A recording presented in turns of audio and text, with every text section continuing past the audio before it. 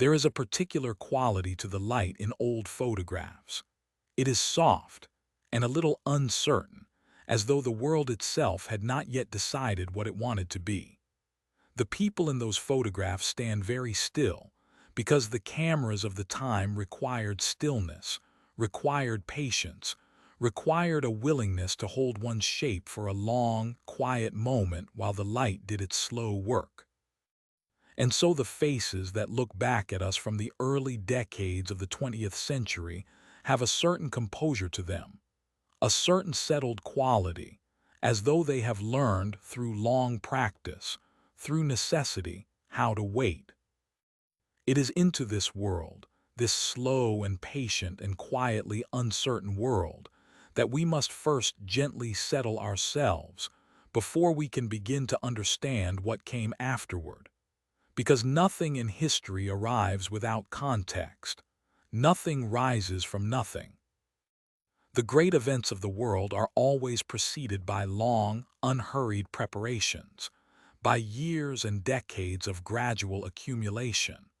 The way a river deposits silt along its banks so slowly that no one notices, year by year, until one morning the landscape has been quietly, completely remade.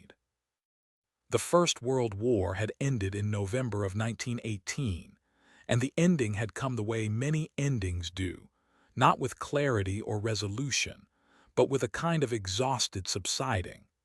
The guns, which had been firing for more than 4 years along the long, muddy lines of the Western Front, slowly fell silent. The silence, when it finally came, must have been almost incomprehensible to the men who had lived inside the noise for so long.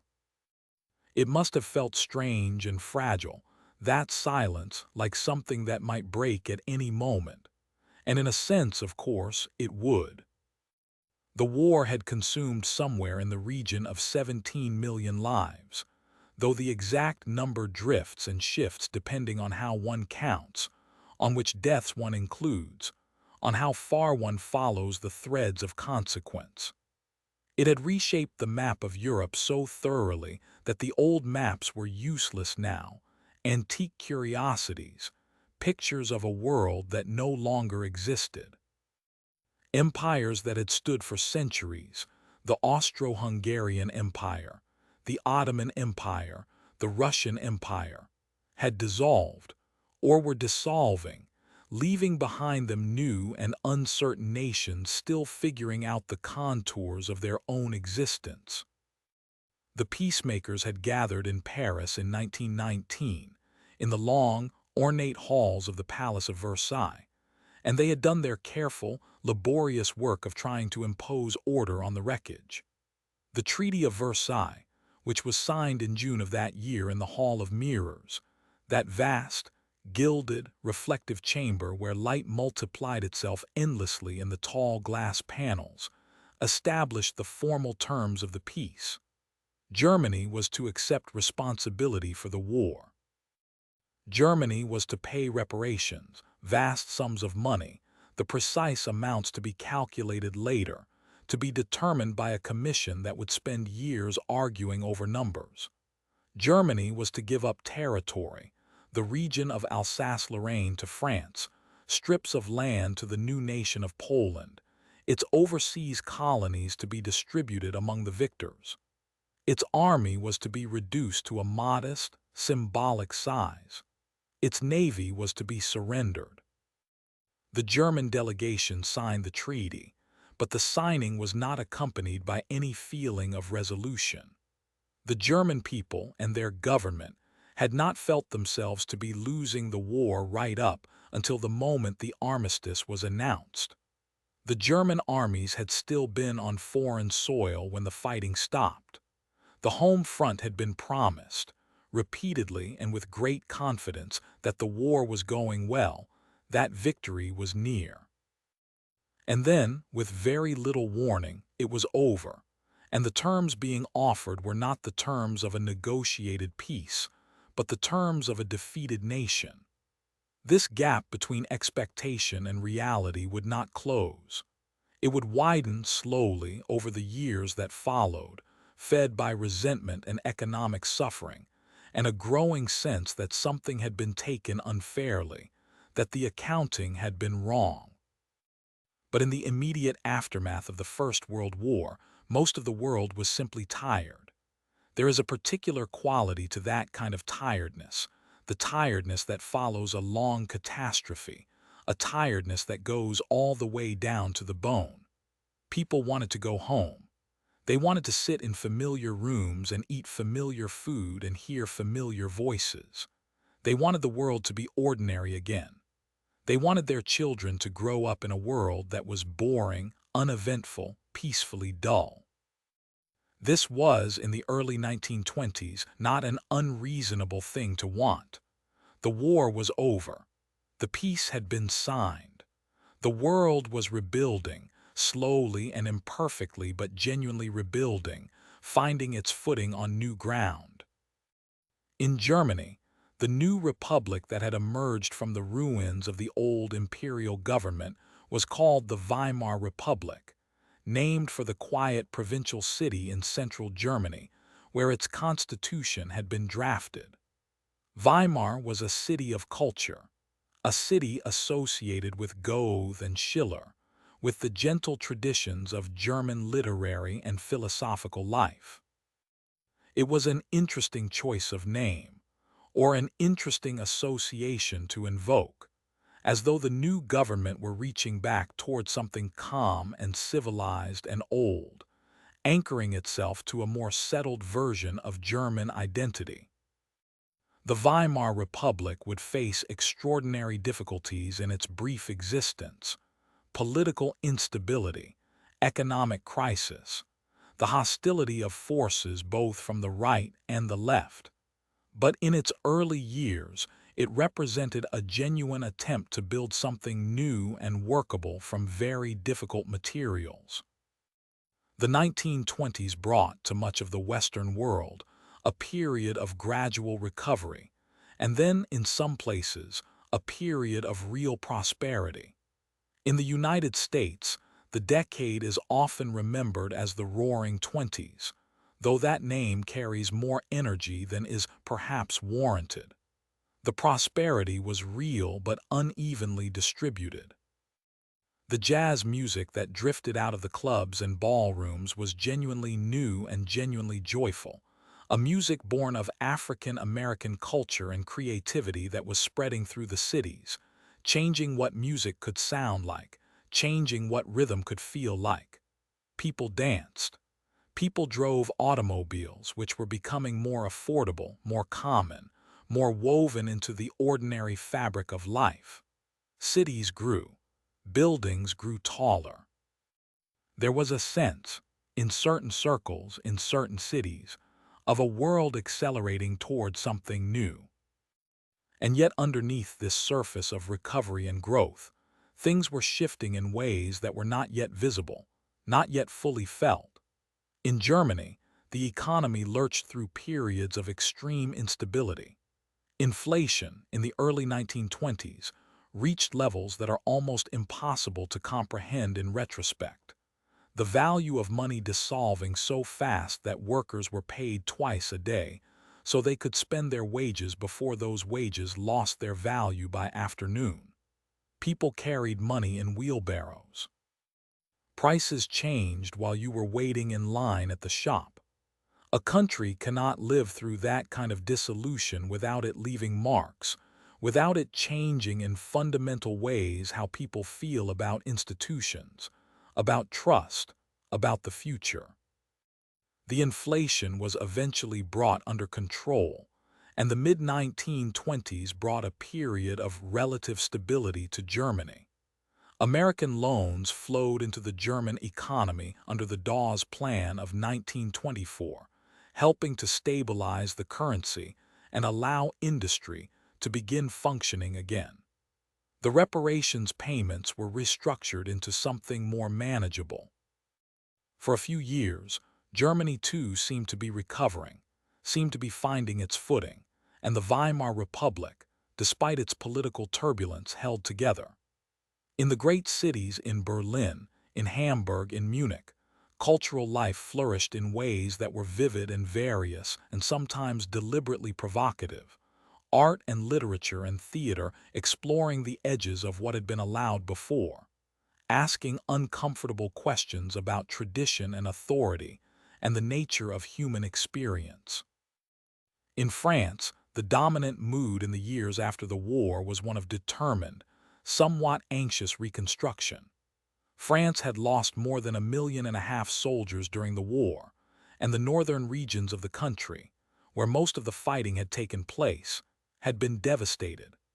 Entire towns and villages had been reduced to rubble.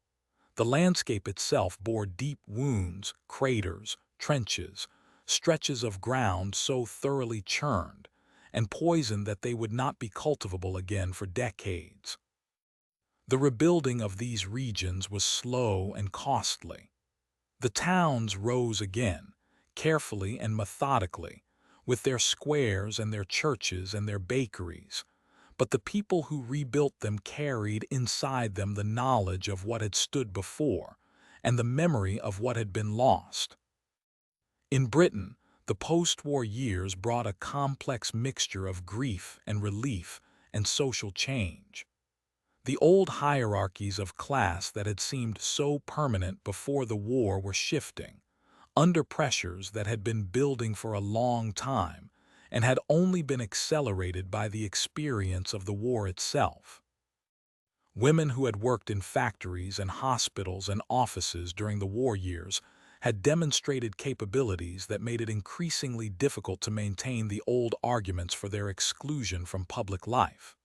In 1918, women over 30 who met certain property qualifications had been granted the right to vote. In 1928, that right was extended to all women over 21. The world was changing, quietly and imperfectly, but changing nonetheless. And then, in October of 1929, the stock market in the United States collapsed. The collapse came after years of speculative excess, after years of buying and selling that had inflated the value of stocks far beyond anything that the underlying businesses could actually support. When confidence faltered, the system came undone, not all at once but in a cascading series of failures, each one feeding the next. Banks failed. Businesses closed. Unemployment rose in the United States, in Germany, across the industrialized world, to levels that seemed unimaginable, that put millions of people in a position of genuine and frightening precarity. The Great Depression, as it came to be called, was not simply an economic event. It was a psychological event of the first order. It changed what people believed was possible. It changed what people thought institutions could be trusted to do. It made the ordinary world feel unsafe in ways that went beyond the merely financial. When a man cannot find work, when the savings he has accumulated through decades of careful living have dissolved in the failure of a bank, when he cannot be sure how his family will eat next month, something changes inside him. Something opens up, a space of anxiety and resentment and desperate need, a space that can be filled by all kinds of things, including things that in more secure times he might have recognized as dangerous. It was into this space, this vast, cold, anxious space opened up by economic collapse and political instability, and the lingering trauma of the First World War, that certain political movements began to move with purpose. In Germany, the National Socialist German Workers' Party, which had existed in various forms since the early 1920s and had attempted an unsuccessful putsch in Munich in 1923, began to grow. It grew through the late 1920s and then rapidly through the early 1930s, drawing support from people who were frightened and resentful and looking for someone to tell them clearly and forcefully who was responsible for their suffering and what should be done about it.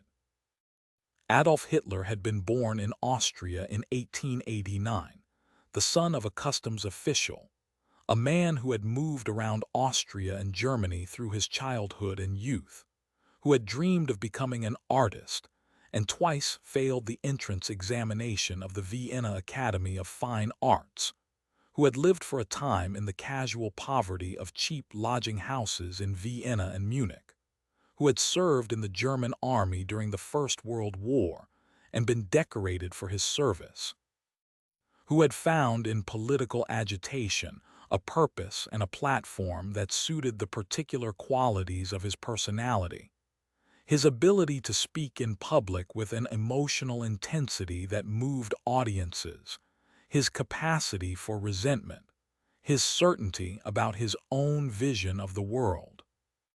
The vision he articulated was not new, in the sense that its individual components, extreme nationalism, antisemitism, belief in racial hierarchy, resentment of the Versailles settlement, had existed in various forms in German and European thought for decades. What was distinctive was the particular combination, the particular intensity, and the particular political context in which it was offered. By 1933, with Germany in deep economic crisis, with the Weimar Republic's political institutions unable to produce stable government, with fear and resentment widespread, the National Socialist Party had become the largest party in the German parliament. In January of that year, Hitler was appointed Chancellor of Germany by the aged President Paul von Hindenburg, who thought he could be controlled, who thought the situation could be managed, who turned out to be wrong. What followed was the gradual, methodical dismantling of the institutions of the Weimar Republic. It did not happen overnight. It happened through a series of steps, each of which might have seemed individually containable, each of which made the next step easier. The Reichstag fire of February 1933, a fire of disputed origin that gutted the German parliament building, was used as a pretext to suspend civil liberties and arrest communist politicians. The Enabling Act of March 1933 gave Hitler the power to legislate without parliament. Trade unions were dissolved. Political parties other than the National Socialists were banned. The press was brought under control. The judicial system was reshaped to serve the interests of the regime. And all of this happened within months, not years, in a process so rapid that it left many people disoriented, uncertain of what they were seeing, uncertain of what it meant. Meanwhile, in Italy, a somewhat different but related movement had already established itself. Benito Mussolini, who had founded the fascist movement in Italy after the First World War, had come to power in 1922, when the Italian king had appointed him prime minister after the March on Rome, a theatrical display of political pressure that had worked in large part because the existing institutions had lacked the will to resist it. Mussolini had established a dictatorship, had suppressed opposition, had built a cult of personality around himself, had pursued an aggressive foreign policy aimed at expanding Italian power in Africa and the Mediterranean. Italy had invaded Ethiopia in 1935, a campaign conducted with modern weapons against a largely traditional army, and had eventually conquered it, though the conquest had required the use of poison gas and considerable brutality. In the Far East, Japan had been moving in its own direction, one that would eventually intersect with the European story in ways that would make the conflict truly global. Japan had modernized rapidly after the Meiji Restoration of the late 19th century, had built itself into an industrial and military power of genuine significance, and had developed ambitions in East Asia that brought it into increasing conflict with China and with the colonial interests of Western powers. In 1931, the Japanese military had seized Manchuria, the northeastern region of China, in an operation that the civilian government in Tokyo had not authorized but had ultimately accepted. In 1937, a wider war between Japan and China had begun, spreading across the vast Chinese landscape in ways that would continue for years, drawing in enormous numbers of people, consuming lives in cities and countryside at a scale that is difficult to comprehend even now. In Europe, the late 1930s brought a series of crises, each more serious than the last, each resolved, or seemingly resolved, in ways that only made the next crisis more likely. Germany remilitarized the Rhineland in 1936, in defiance of the Versailles Treaty, sending troops into a region that had been demilitarized as a condition of the peace. France and Britain did not respond militarily. In 1938, Germany absorbed Austria in what was called the Anschluss, the connection, a union of the two German-speaking nations that had been explicitly forbidden by the peace treaties. Again, the Western powers did not respond with force. And then came the crisis over Czechoslovakia. The Sudetenland, the mountainous border region of Czechoslovakia, was home to a substantial population of German speakers, and Hitler had been making increasingly insistent demands that it be transferred to Germany. Czechoslovakia was a genuine democracy, a country that had been built carefully and with real commitment to constitutional principles since its creation after the First World War. It had a functioning army, a defensible border, alliances with France. A war over the Sudetenland was genuinely possible. The leaders of France and Britain, Edouard Daladier and Neville Chamberlain, traveled to Munich in September of 1938, where they met with Hitler and Mussolini, and agreed, without the presence of Czechoslovakia's own representatives, that the Sudetenland would be handed over to Germany. Chamberlain returned to London and spoke of peace for our time, and the crowds at the airport were relieved, genuinely relieved, because they did not want another war, and because the memory of the last one was still present in every family, in every village, in the names on the war memorials that stood in every town square across Britain and France. The relief would not last long. In March of 1939, German forces occupied the remainder of Czechoslovakia, not just the German-speaking border regions, but the whole of the country, in clear violation of everything that had been agreed at Munich, in clear demonstration that the agreements signed with the German government were worth very little. The strategy of appeasement, of satisfying demands in the hope of avoiding conflict, of assuming that each concession would be the last one required, had clearly failed. Britain and France issued guarantees to Poland, which was obviously the next country in Germany's path. But the summer of 1939 was long and warm and quiet, and in the parks of London and Paris, children still played in the afternoons, and in the villages of the English countryside, the roses were blooming in their hedgerows, and the world had not yet ended, and it was still possible, in the long evenings of that last summer, to sit in a garden and hear nothing more alarming than the sound of birds settling into the trees as the light gently faded.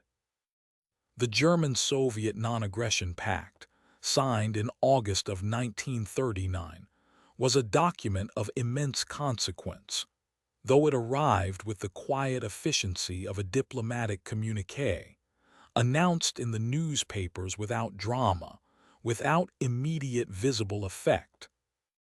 Germany and the Soviet Union, ideological enemies, nations whose leaderships had spent years denouncing each other, had agreed not to go to war with each other, and in a secret protocol that would not become public for decades, they had agreed to divide Eastern Europe between their spheres of influence.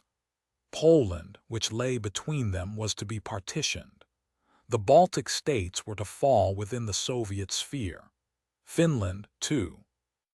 This agreement removed the threat of a two-front war from Germany's strategic calculations, at least for the moment, at least for as long as the agreement held. On the 1st of September 1939, German forces crossed the border into Poland. The crossing was preceded by a carefully staged pretext: German soldiers in Polish uniforms attacking a German radio station near the border, but the pretext was transparent, and no one who mattered was fooled by it. Britain and France had promised to defend Poland. They honored their promises. On the 3rd of September 1939, Britain declared war on Germany. France followed later the same day. The Second World War had begun. And yet, in those first days of September, in the cities and towns and villages of Britain and France, the declaration of war brought not drama but a kind of quiet, heavy settling, a recognition that something very serious had arrived, something that would require everything. People listened to the radio. They read the newspapers. They looked at each other across kitchen tables and sitting rooms.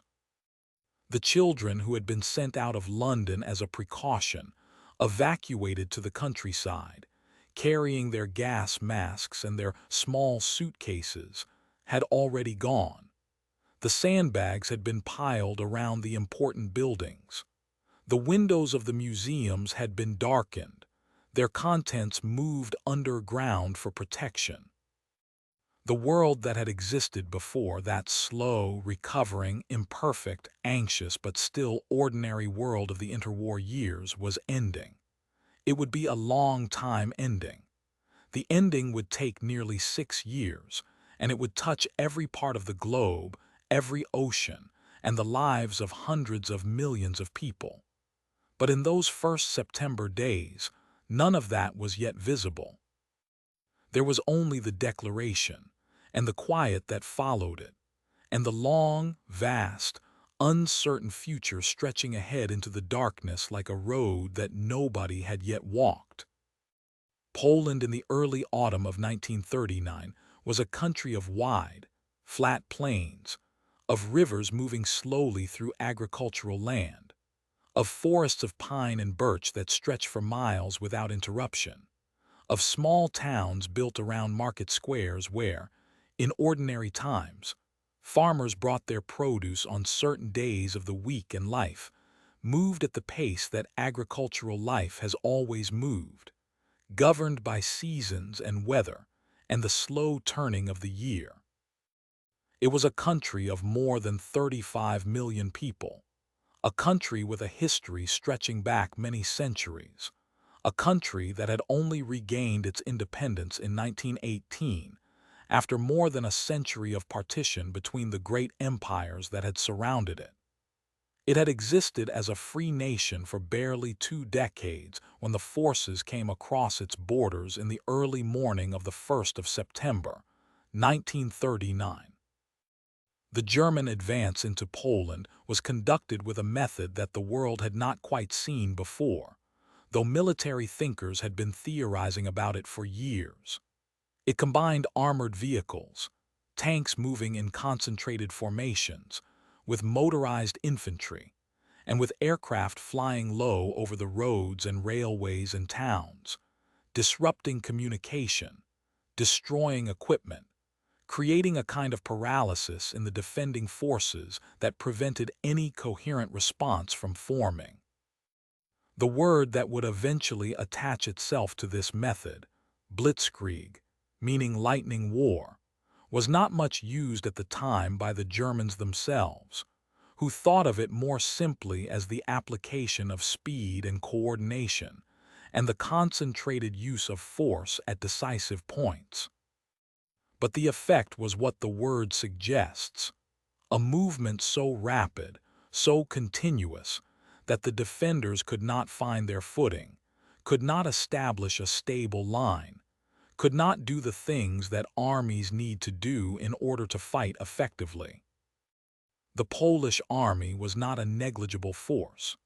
It was larger than is sometimes remembered, and its soldiers fought with genuine courage and considerable determination in many of the engagements of those September weeks. There are accounts of Polish cavalry, not, as the myth would later have it, charging tank formations with lances, but fighting as cavalry had always fought, as mobile, flexible forces, conducting themselves with skill and bravery in the circumstances they were given. The Polish Air Force, smaller and less modern than the Luftwaffe, managed to inflict real losses before it was destroyed. The defense of certain positions was tenacious and costly for the attacking forces. But the strategic situation was overwhelming, and it became more so on the 17th of September, when Soviet forces crossed Poland's eastern border in accordance with the secret protocol of the Non-Aggression Pact. Poland was now being compressed from both sides simultaneously, its territory shrinking day by day, its government and its army's high command moving south and east, trying to find ground that could be held, trying to maintain some coherent structure as the situation dissolved around them. By the end of September, Warsaw had fallen. The Polish government and what remained of its military leadership crossed into Romania, and from there made their way to France and eventually to Britain, where a government in exile would continue to function throughout the war, a ghost government, carrying the legal and moral identity of Poland across the water, while the country itself was divided and occupied and subjected to what would become one of the most brutal administrative regimes of the entire conflict. The occupation of Poland settled into place with a terrible, systematic thoroughness. In the western regions, which were incorporated directly into Germany, the process of what the new administration called Germanization began, the removal of Polish and Jewish inhabitants, the settlement of ethnic Germans from other parts of Europe, the renaming of towns and streets, the reorganization of the landscape according to the requirements of the new order. In the central regions, which were designated as a German administrative territory called the General Government, a different but equally oppressive system was imposed, one designed to exploit the labor and resources of the Polish population while systematically eliminating its educated classes, its leadership, its cultural institutions, anything that might sustain a sense of Polish national identity and possibility. The Jewish population of Poland was the largest in Europe, around 3 million people, a community with centuries of history in the region, with its own languages and traditions and institutions and internal variety, a community that was itself various and complex and irreducible to any single description. In the months and years following the German occupation, this community was subjected to an escalating series of measures: registration, identification, restriction of movement, confiscation of property, concentration into designated areas of the cities called ghettos, where the conditions of life were made progressively worse. What lay at the end of this escalating process was not yet visible in the autumn of 1939, not yet decided in all its details, but the direction was already clear to anyone willing to see it clearly, and the suffering was already immense. In Western Europe, the autumn and winter of 1939 brought a strange, suspended period that came to be called the Phony War, or in German the Sitzkrieg, the Sitting War. France and Britain had declared war on Germany, and small naval engagements were taking place in the Atlantic and the North Sea, and the Royal Air Force was flying reconnaissance missions over German territory, and diplomatic maneuvers were continuing in various capitals. But on the Western Front, along the border between Germany and France, nothing much was happening. The French army sat behind the Maginot Line, the long, elaborate system of fortifications that France had built along its border with Germany after the First World War. Concrete and steel structures sunk into the earth, connected by underground tunnels, equipped with artillery and ventilation systems, and everything that a modern static defense required. The British Expeditionary Force had crossed the Channel and taken up positions in northern France. Both sides were waiting, though for different things. The winter of 1939 to 1940 was a cold one across Europe. In the cities of France and Britain, people went about their lives in a state of altered normality, carrying gas masks, observing the blackout regulations that required all windows to be covered after dark, so that no light would guide enemy aircraft, reading the newspapers for news that was often incomplete or delayed or carefully managed. Children who had been evacuated to the countryside in September, in the first anxious days after the declaration of war, had in many cases drifted back to the cities as the months passed without air raids, without the catastrophe that had been expected. Life found its rhythms around the new constraints, as life has a tendency to do, adapting to circumstances with the quiet persistence that is one of the most ordinary and remarkable qualities of human beings. In Scandinavia, the winter brought its own particular violence. The Soviet Union, concerned about the strategic vulnerability of Leningrad, the great northern city that sat uncomfortably close to the Finnish border, demanded territorial concessions from Finland. When Finland declined, the Soviet Union attacked in November of 1939.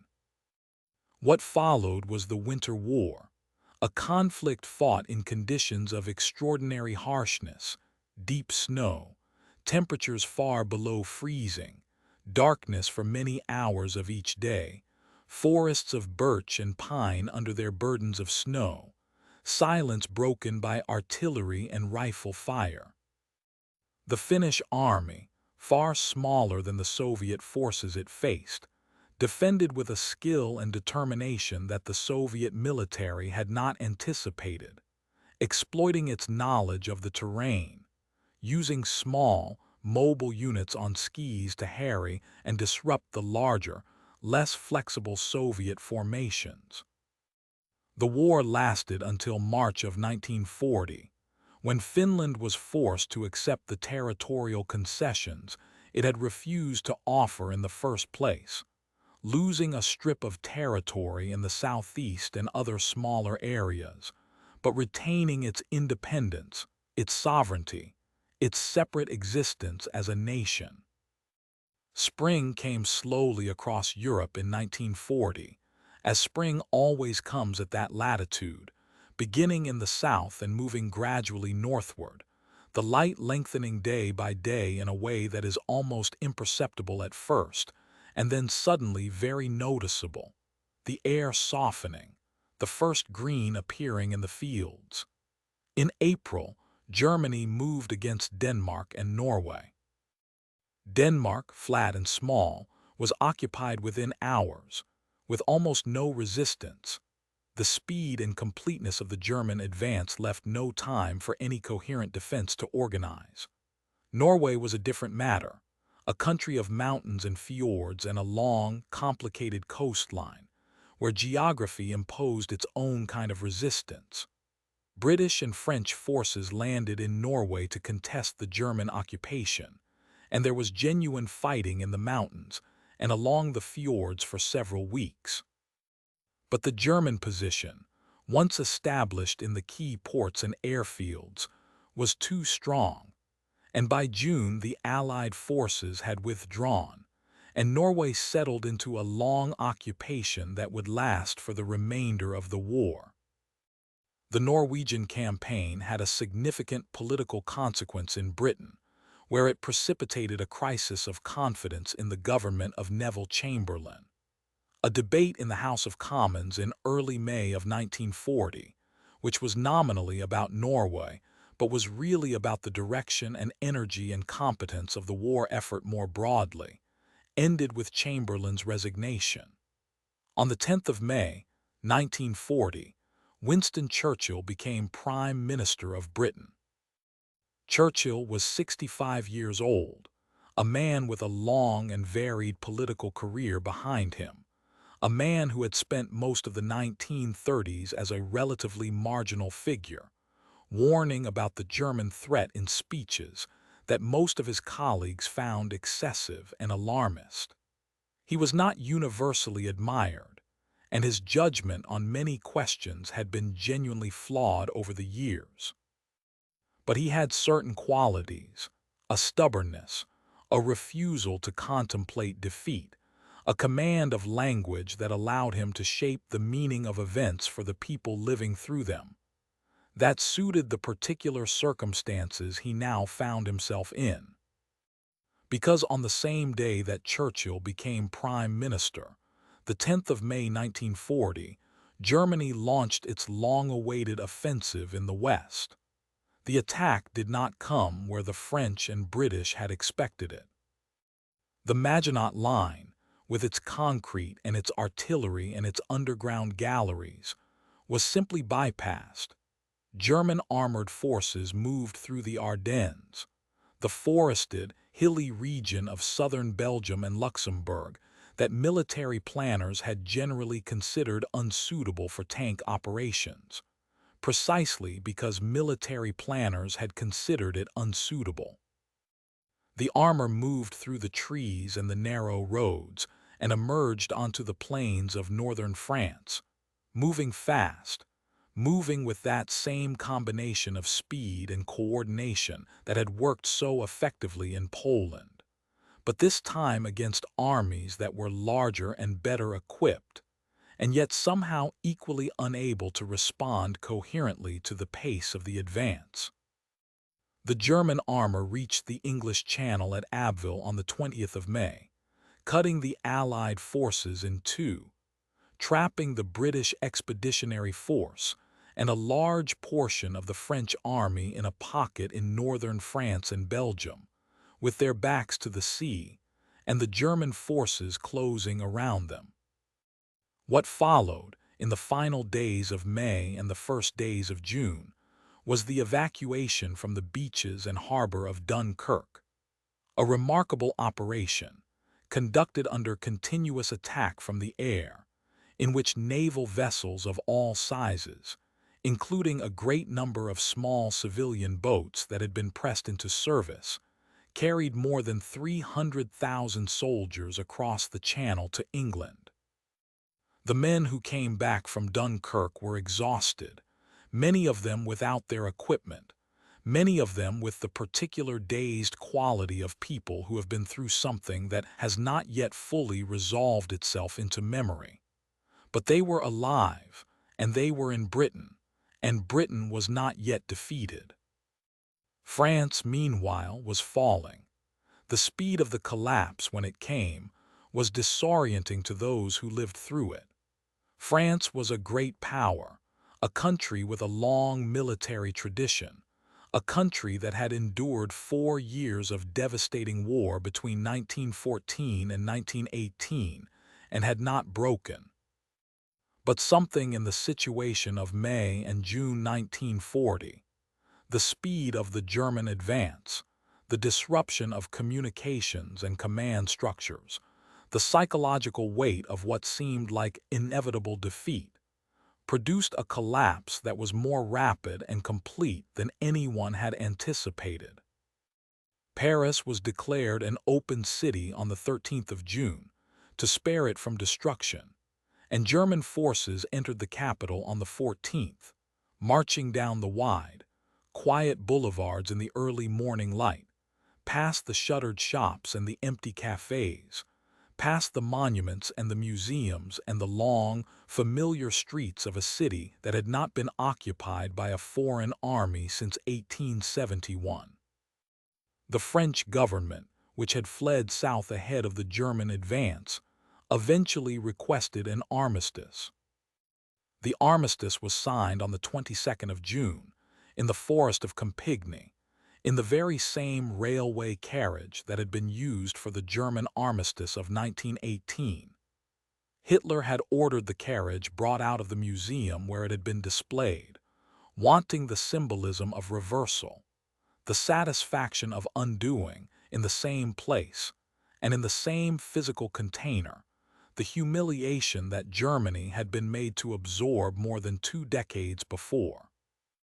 The terms divided France into two zones, the northern and western regions to be occupied directly by Germany, the southern zone to be administered by a French government established at the spa town of Vichy, led by the aged Marshal Philippe Pétain, who had been a hero of the First World War and who now represented, for many French people, both the pain of defeat and the pragmatic necessity of accommodation with the new reality.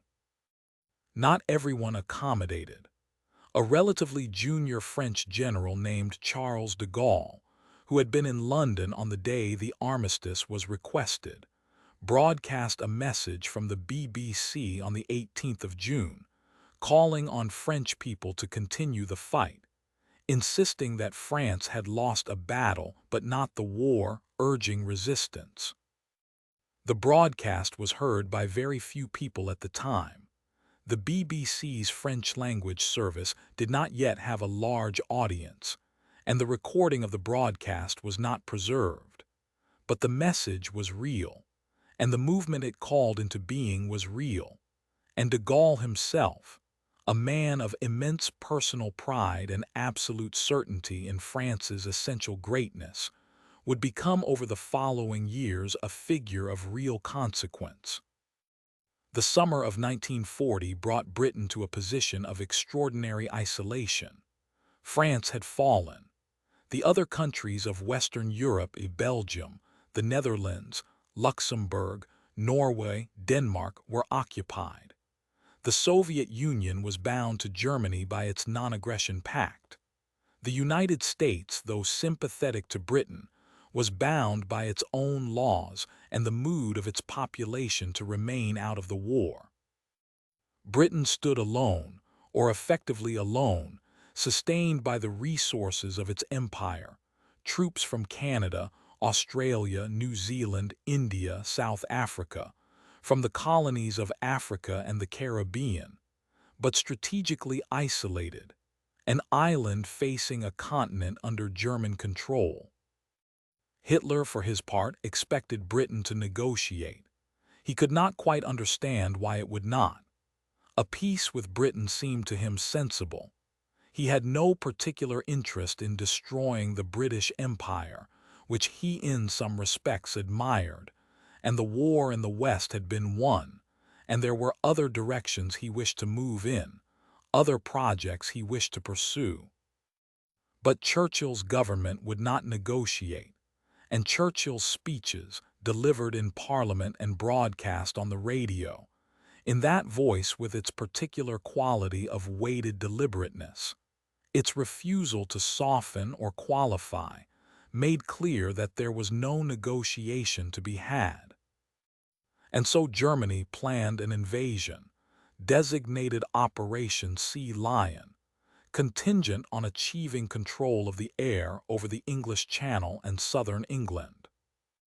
What followed, through the summer and autumn of 1940, was the Battle of Britain, a sustained aerial campaign in which the German Air Force, the Luftwaffe, attempted to destroy the Royal Air Force's capacity to resist, attacking airfields and radar stations and aircraft factories, while the RAF's fighter command worked to intercept the German bomber formations and impose losses that would make the campaign unsustainable. The fighting took place high above the patchwork fields of southern England, above the chalk downs and the hop gardens and the quiet villages, in a sky that was sometimes streaked with the white trails of aircraft, and sometimes marked by the dark smoke of something burning and falling. The pilots of Fighter Command were very young, many of them, and they flew several sorties a day in the summer heat, and the losses on both sides were real and continuous. By the late autumn of 1940, the German air campaign had shifted partly from strategic recalculation, partly in response to British raids on German cities, toward bombing British cities at night. London was bombed on 57 consecutive nights beginning in September. The bombs fell on the docks in the East End, on the streets of working-class neighborhoods, on the city, on Southwark, on Lambeth. They fell on hospitals and churches and schools. They fell on the houses of ordinary people who had no connection to any military purpose, who were simply living in their homes in the city where they had been born or where they had come to work. And yet the city continued to function. The underground stations became shelters, and people slept on the platforms in rows, wrapped in blankets, and in the morning they emerged and went to work or looked for work or queued for things or did whatever the day required of them. Because life continued to require things even in the middle of all this, even with the fires still visible on the horizon and the smell of smoke still in the air. Across occupied Europe, the long, quiet weight of occupation settled into the rhythms of daily life. In France, in the Netherlands, in Belgium, in Norway, people woke in the mornings and went about their days in the presence of an authority that was foreign, and that made itself felt in countless small and large ways. In the curfews, in the rationing, in the presence of uniformed men on the streets, in the regulations that multiplied and shifted, in the knowledge that certain things could not be said, certain people could not be seen with, certain questions could not be asked too loudly. The texture of daily life under occupation is something that is difficult to reconstruct from the outside, from the distance of decades. It involved a constant, exhausting negotiation between what one needed and what one was permitted, between what one believed and what one could safely express, between the ordinary human impulse toward connection and solidarity, and the very real dangers that certain forms of connection and solidarity now entailed. Resistance took many forms, and it developed slowly, unevenly, differently in different places and different circumstances. Some people hid things, Jewish neighbors, downed Allied airmen, men who were supposed to report for forced labor. Some people passed information, writing carefully, speaking quietly, finding ways to communicate that did not attract attention. Some people produced clandestine newspapers on small printing presses hidden in basements, printing the news that the official papers could not carry, distributing them by hand through networks of people who trusted each other enough to take the risk. Some people did nothing visible but maintained inside themselves a quality of inner refusal, a private loyalty to something that the occupation could not reach, could not confiscate, could not administer. The occupied landscapes of Europe in those long years had a particular quality, a stillness that was not the stillness of peace, but something more complex, more layered, a surface calm that contained within it all the anxiety and grief and careful watchfulness of people living under conditions that were both dangerous and uncertain. The light fell in the mornings on streets that looked much as they had before, on buildings that still stood, on trees still growing in their usual places. And underneath that familiar surface, everything had changed, was changing, would continue to change in ways that were not yet fully visible, not yet fully understood, not yet complete. The night came early in the winters of those occupied years, and people gathered inside around whatever warmth was available, because fuel was rationed along with so much else, and spoke quietly about whatever they permitted themselves to speak about, and listened to the radio if they had one, and if the broadcast was one that could be safely listened to, and tried, as people always try in difficult circumstances, to hold on to the ordinary. the cup of something warm, the familiar face across the table. The particular quality of the light from a lamp in a room where, for the moment, they were safe. The ordinary was not gone. It was changed, pressed upon, diminished in some ways and intensified in others, but it persisted, the way things that are deeply rooted persist, weathering what comes without entirely disappearing, waiting in their patient, quiet way for conditions to change. And somewhere in the vast, slow turning of the war, conditions were already beginning, almost imperceptibly, to shift. The autumn of 1940 passed into winter, and the winter passed into spring, and the world moved on in its unhurried way, carrying everyone within it forward into a future that was still, for now, entirely dark. There is something particular about the quality of light in the desert. It arrives without apology, without gradation, falling straight down from a sky that is very large and very pale and almost entirely without cloud, onto a landscape that absorbs it and reflects it back with equal indifference. The shadows in the desert are sharp and precise, edges drawn with a clarity that softer climates do not permit. In the early morning, before the heat has fully established itself, the desert floor, whether sand or stone or the compressed, pale gravel that covers much of the North African coastal plain, takes on a faint warmth of color, a gentle ochre or amber, as the low light moves across it at an angle. By midday that warmth is gone, burned away, and everything is simply bright, uniformly, exhaustingly bright. In the evenings, as the sun descends, the color returns, deeper now, more settled, and the shadows lengthen gradually across the ground until they merge, slowly and without drama, into the general darkness of night.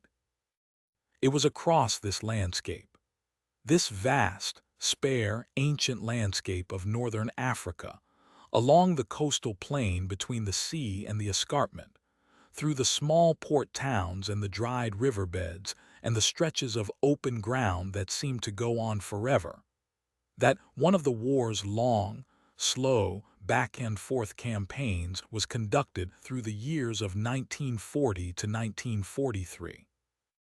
The North African campaign would eventually involve hundreds of thousands of soldiers from many nations, would swing across many hundreds of miles of territory multiple times, would consume enormous quantities of fuel and ammunition and equipment, and would leave behind it in the desert soil the traces of its passage, the rusted metal, the unexploded ordnance, the occasional marked grave, that in some places can still be found today.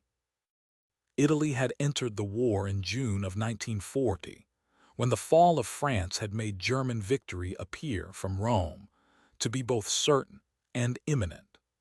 Mussolini, who had been watching the German campaigns in Poland and Western Europe with a mixture of admiration and anxiety, had decided that the moment had come to join the winning side before the winning was complete, to claim a share of the outcome without bearing the full cost of the struggle. It was, in the event, a miscalculation of the first order, though it would take years for the full extent of the miscalculation to become apparent. Italy's entry into the war brought into the conflict its colonies in North Africa, Libya, on the Mediterranean coast, bordering Egypt to the east, and its ambitions in the region, which included a desire to expand Italian influence around the Mediterranean and into East Africa. In September of 1940, the Italian army in Libya, under Marshal Rodolfo Graziani, moved eastward into Egypt, which was under British administration, and which contained a significant British military force. The advance was cautious and deliberate, moving in stages along the coast road, establishing supply depots, consolidating each position before moving to the next. It penetrated some 60 miles into Egyptian territory before stopping at Sidi Barrani, a small settlement on the coast, where the Italian forces dug in and waited, building fortified camps in the desert in preparation for the next phase of the advance. The waiting extended through the autumn, the desert cooling as the months progressed, the nights growing longer and colder in the way that desert nights do, the temperature dropping sharply once the sun was gone, the stars appearing with the particular clarity that only a dry, unpolluted atmosphere can produce. In December of 1940, the British Western Desert Force, commanded by General Richard O'Connor, launched a counterattack. O'Connor was a small, quiet, precise man, not given to theatrical gestures or grand proclamations, a soldier who thought carefully about logistics and timing and the specific capabilities of the forces available to him. The operation he launched was intended initially as a 5-day raid, a limited operation to disrupt the Italian camps at Sidi Barrani, not a full offensive. But the Italian position collapsed more rapidly than anticipated, and O'Connor kept pressing, kept moving, kept finding that the next position too could be taken, that the momentum of the advance was outrunning the ability of the Italian forces to recover and reorganize. What followed was one of the more remarkable advances of the entire war. In 2 months, the British and Commonwealth forces, including many Australians, who would become a notable presence in the Desert Campaign, moved more than 500 miles, capturing one Italian stronghold after another along the Libyan coast.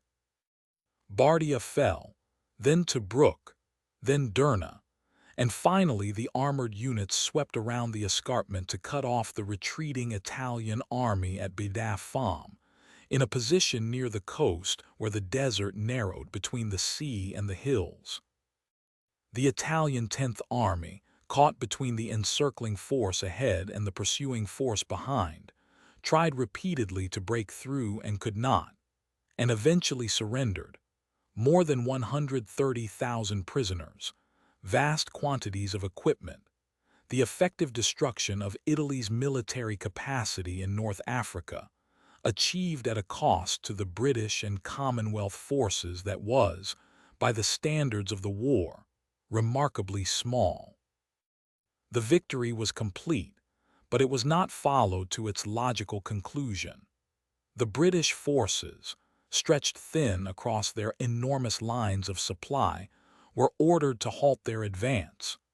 Troops and equipment were diverted to Greece, where Germany had moved against the Greek government in response to an Italian invasion of Greece that had gone badly for Italy and required German rescue.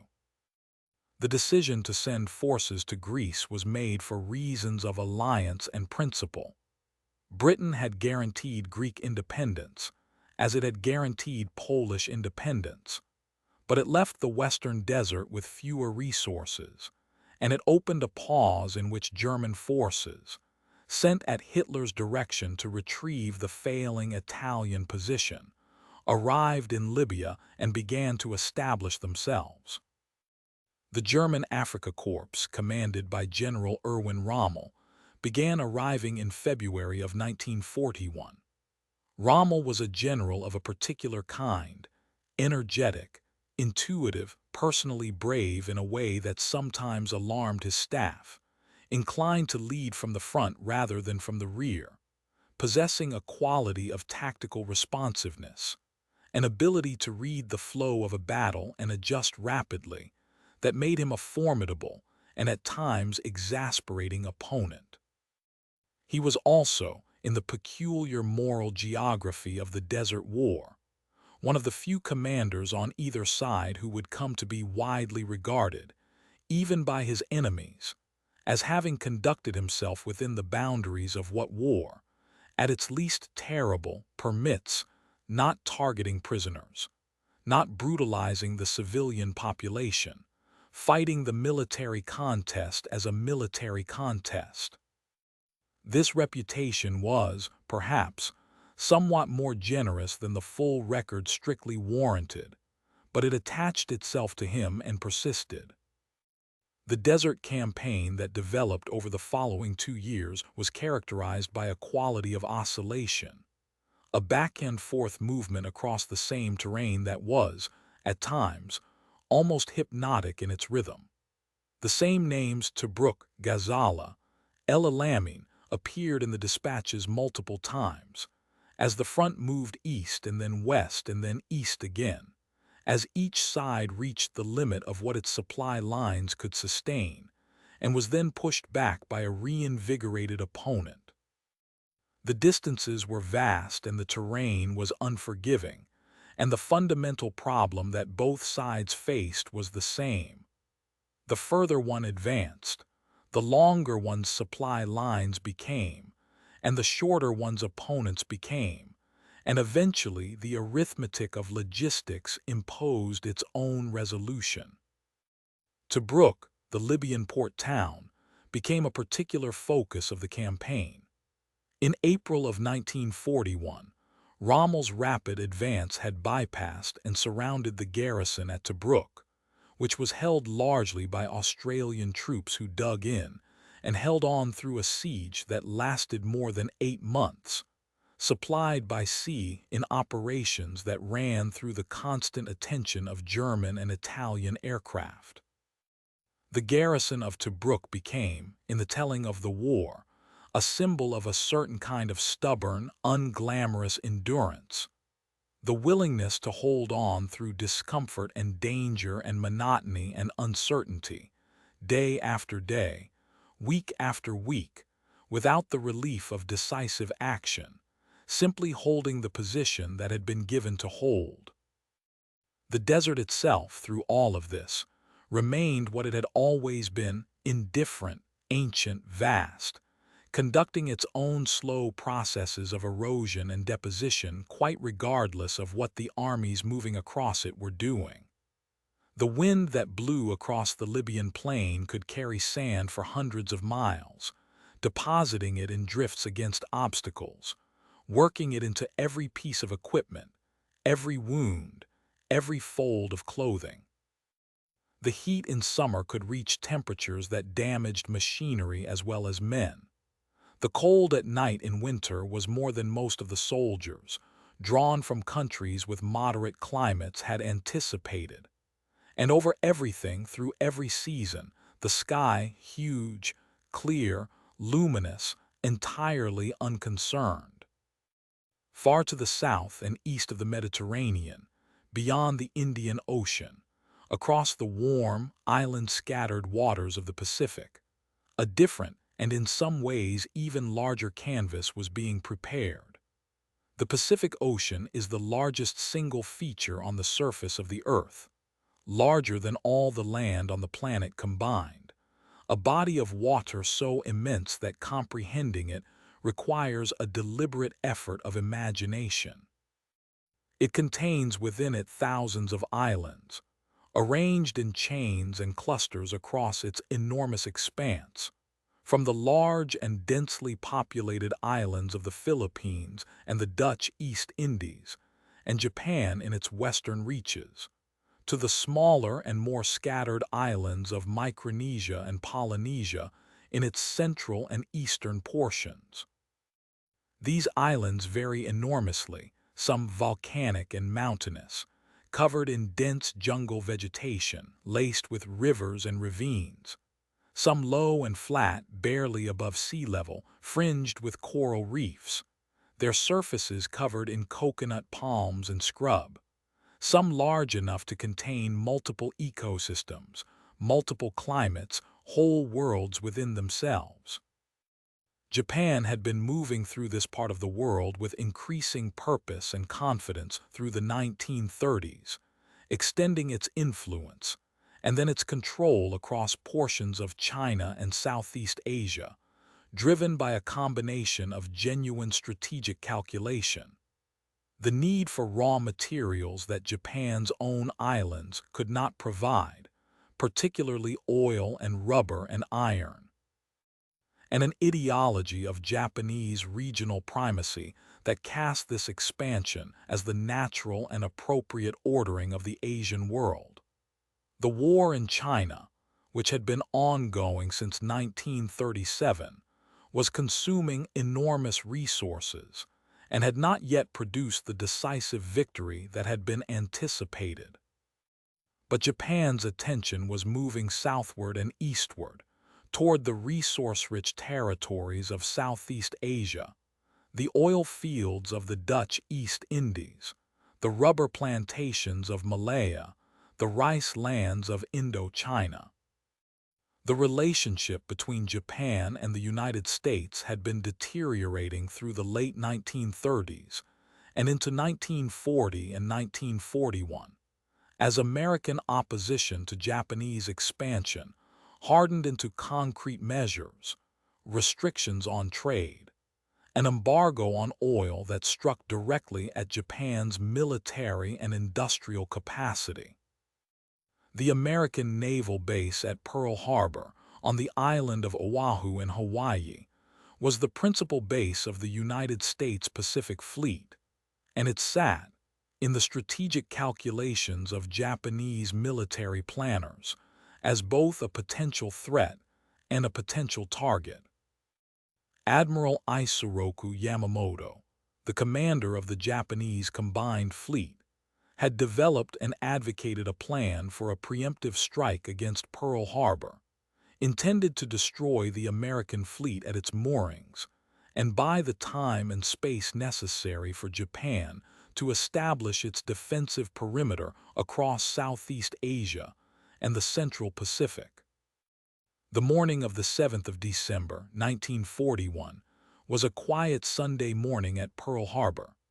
The sky was clear and the light was soft in the early hours, the harbor still, the great ships riding at anchor in the calm water, the airfields peaceful in the morning calm. The attack, when it came, arrived from the north, from aircraft launched from Japanese carriers that had crossed the Pacific in careful radio silence over the preceding weeks.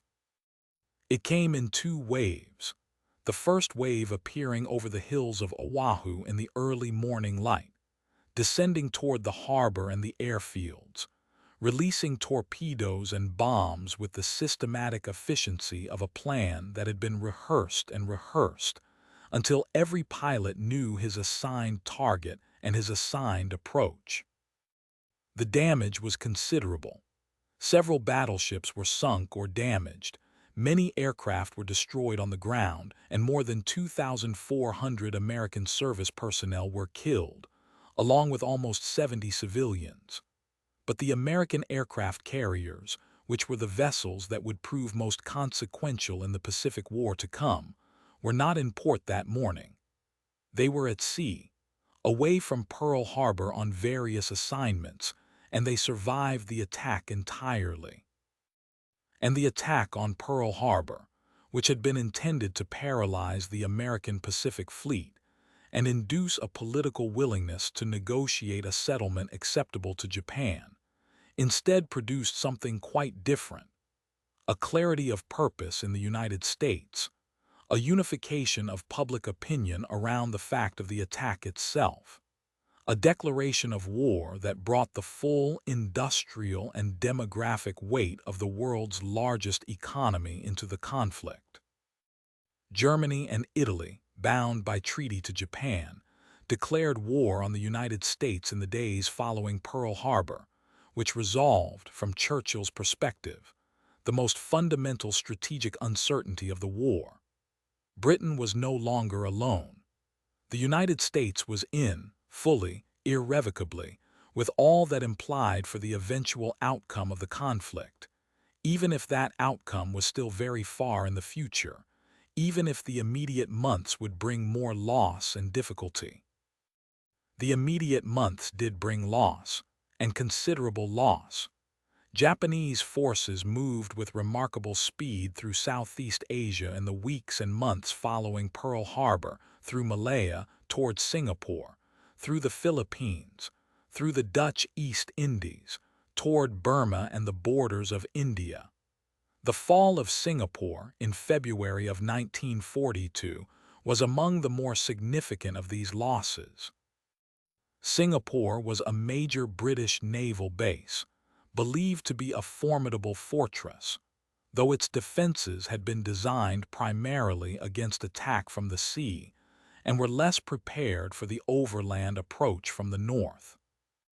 The Japanese forces that had moved down the Malay Peninsula through the jungle, a movement that many planners had considered unlikely, given the difficulty of the terrain, reached the island and crossed the strait and pressed the defenders back until General Arthur Percival surrendered on the 15th of February, along with more than 80,000 British, Australian, and Indian troops. It was the largest surrender in British military history, and it carried with it a weight of implication about the limits of the empire and the fragility of the order it had maintained. Across the vast Pacific, in those early months of 1942, Japanese forces established themselves on islands and in territories across an enormous arc of territory, from the borders of India in the west to the edges of the Central Pacific in the east. The defensive perimeter Japan was trying to establish was real, and in many places substantial, and the distances involved were so great that the question of how it might ever be rolled back was not yet easy to answer. The Pacific War would be, above all else, a naval and amphibious war, a war of ships and aircraft and beaches, of distances measured in thousands of miles, of the extraordinary logistical challenge of sustaining forces across an ocean of that scale. The turning of the tide in the Pacific came gradually, through a series of engagements in the spring and summer of 1942. The Battle of the Coral Sea, in May of that year, was a naval battle unlike any that had been fought before. The opposing surface ships never came within sight of each other. The entire engagement conducted through aircraft launched from carriers, each side trying to find and sink the other's carriers while protecting its own. The battle was tactically inconclusive, with losses on both sides, but it stopped a Japanese advance toward Port Moresby in New Guinea, which had strategic implications of some importance for Australia, which lay to the south. In June of 1942, the Battle of Midway was fought around a small atoll in the Central Pacific, an island of low elevation and flat terrain, surrounded by the immensity of the ocean in all directions. The American forces at Midway were greatly outnumbered by the Japanese fleet approaching them, but American codebreakers had been working patiently through the preceding weeks on the encrypted communications of the Japanese Navy, and had succeeded in determining the target and the approximate timing of the attack, which allowed the American carriers to be positioned in ways the Japanese had not anticipated. In the battle that followed, fought over several days of June, 4 Japanese fleet carriers were sunk, a loss that Japan, with its more limited industrial capacity, could not easily replace. The carriers that had struck Pearl Harbor 6 months before were gone. The strategic balance in the Pacific had shifted slowly, almost imperceptibly, but shifted nonetheless. The campaign for Guadalcanal, a large island in the Solomon Islands chain, began in August of 1942 and lasted for 6 months. 6 months of fighting in conditions of extraordinary difficulty, in jungle of almost impenetrable density, in heat and humidity that were themselves wearing, along beaches and ridgelines and rivers, at sea, in night engagements where the darkness and the confined waters of the Sound between the islands made navigation and combat equally hazardous. The Marines who landed on Guadalcanal in August found themselves on an island they knew very little about, fighting an enemy they had not yet fully encountered, sustained by supply lines that were precarious and frequently interrupted. The jungle absorbed them, swallowed them, broke them down and built them into something harder and more worn, and they held on, and they pushed, and eventually they prevailed. And in February of 1943, the last Japanese forces on Guadalcanal were evacuated, and the island was fully in American hands. The Pacific War had established its character by this point, a character of extraordinary hardship, of great distances, of fighting in terrain that imposed its own enormous costs independent of the enemy, of a particular ferocity that reflected both the cultural circumstances of the conflict and the specific conditions under which it was fought.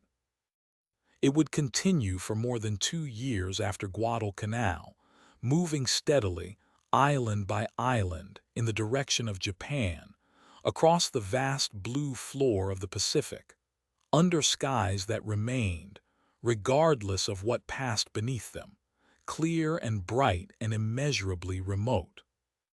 Back in the desert, the long campaign in North Africa was reaching its own turning point, gradually and without ceremony, in the way that turning points often arrive, not as a single decisive moment, but as a slow accumulation of shifts that only becomes legible in retrospect. In October and November of 1942, at El Alamein, a position on the Egyptian coast where the desert narrowed between the sea and the Qattara Depression, a vast, impassable basin far below sea level, the British Eighth Army under its new commander, General Bernard Montgomery, launched an offensive against Rommel's forces. Montgomery was a careful, methodical, somewhat self-regarding man who had prepared his attack with great thoroughness, building up supplies and ammunition, and ensuring that his forces had the material advantage before he committed them to battle. The battle that followed was long and grinding, a pushing through minefields and fortified positions, an attrition of the kind that Montgomery had anticipated and planned for. It was not elegant, but it worked. Rommel's forces, short of fuel and ammunition, unable to sustain their losses, began the long retreat westward that would eventually carry them all the way to Tunisia. And in November of 1942, American and British forces landed in Morocco and Algeria in an operation called Torch, the first major American land commitment in the European theater, a landing on the shores of French North Africa that opened a new front and trapped the Axis forces in North Africa between two advancing armies.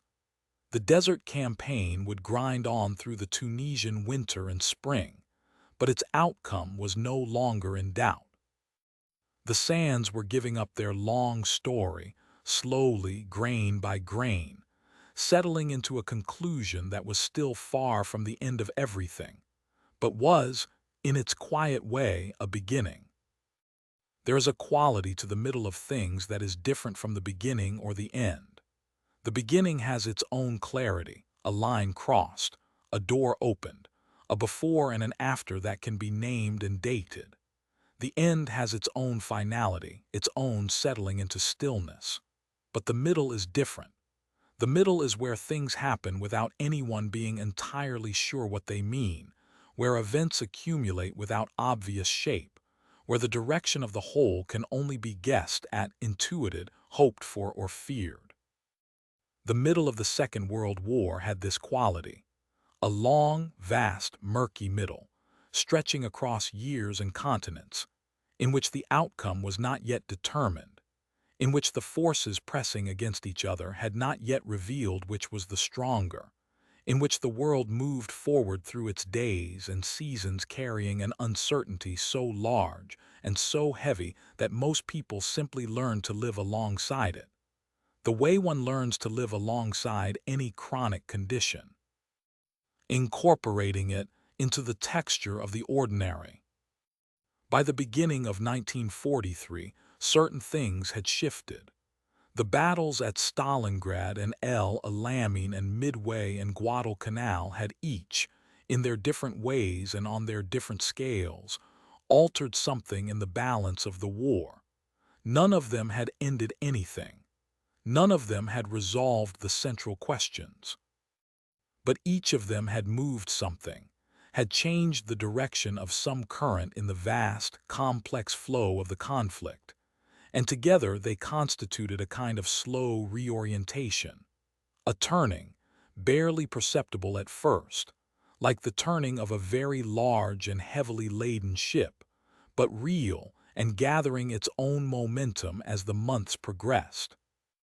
Of all these turnings, the most consequential in its immediate scale and human cost was the one that had taken place at Stalingrad, on the broad, flat plain beside the Volga River in the southern Soviet Union. To understand Stalingrad, it is necessary to go back a little, to the summer of 1941, when Germany had launched its invasion of the Soviet Union. The operation it had designated Barbarossa, named for the medieval German Emperor Frederick Barbarossa, a choice of name that carried within it certain ambitions about historical scale and destiny that the planners of the operation evidently found appealing. The German invasion of the Soviet Union, which began on the 22nd of June 1941, was the largest military operation in the history of warfare. More than 3 million German and Axis soldiers crossed the Soviet border along a front that stretched from the Baltic Sea in the north to the Black Sea in the south. A front of nearly 2,000 miles, across which forces moved in the early summer light, through the long grass of the steppe, through the birch forests of the north, into the vast agricultural plains of the Ukraine. The Soviet Union, despite warnings that had come from multiple sources, from its own intelligence services, from British intelligence, from the patterns of German military movement that had been visible for months, was not fully prepared for the scale and speed of what came. The German advance in the summer of 1941 was rapid and, in purely military terms, devastating to the Soviet forces it encountered.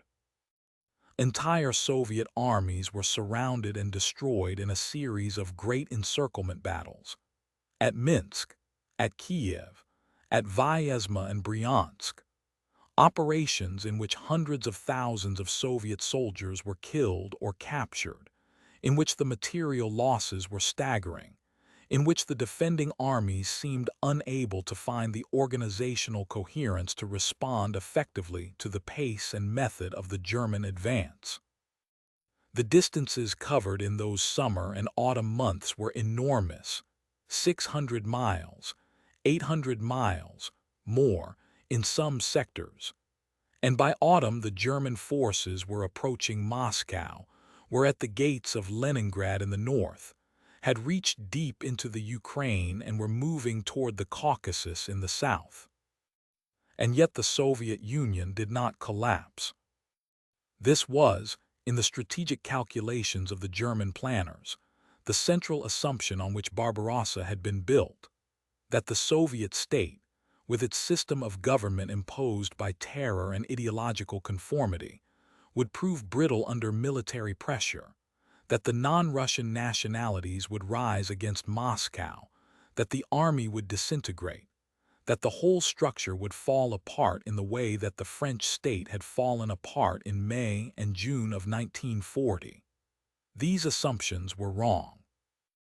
The Soviet state proved far more resilient than the planners had anticipated.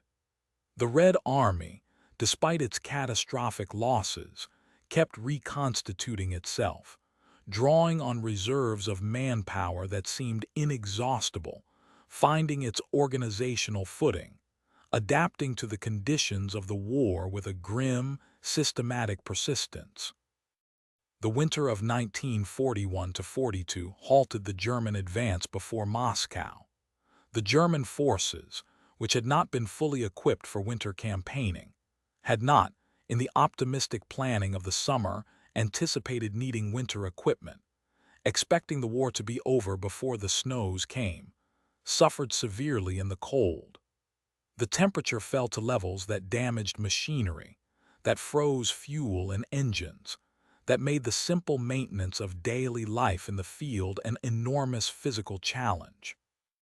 Soviet forces, accustomed to the Russian winter, better equipped for it, launched counteroffensives in December of 1941 that pushed the German lines back from Moscow, not far, not decisively, but enough to demonstrate that the advance had reached its limit, that the war in the East would not end quickly, that it would go on into another year and perhaps beyond.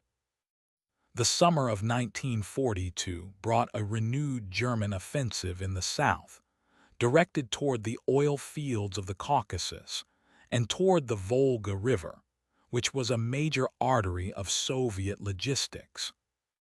The city of Stalingrad, a long, industrial city stretched along the western bank of the Volga, named for the Soviet leader, a city of factories and workers' housing, and the occasional older building from the pre-Soviet era, became a focal point of the campaign in ways that were partly military and partly symbolic, the symbolism feeding back into the military decisions in ways that would prove fateful for the German forces committed there. The battle for Stalingrad developed through the late summer and autumn of 1942 with a character unlike almost anything else in the war. A fight conducted at close range, building by building, floor by floor, room by room, in the rubble of a city that was being systematically destroyed by the very process of fighting over it.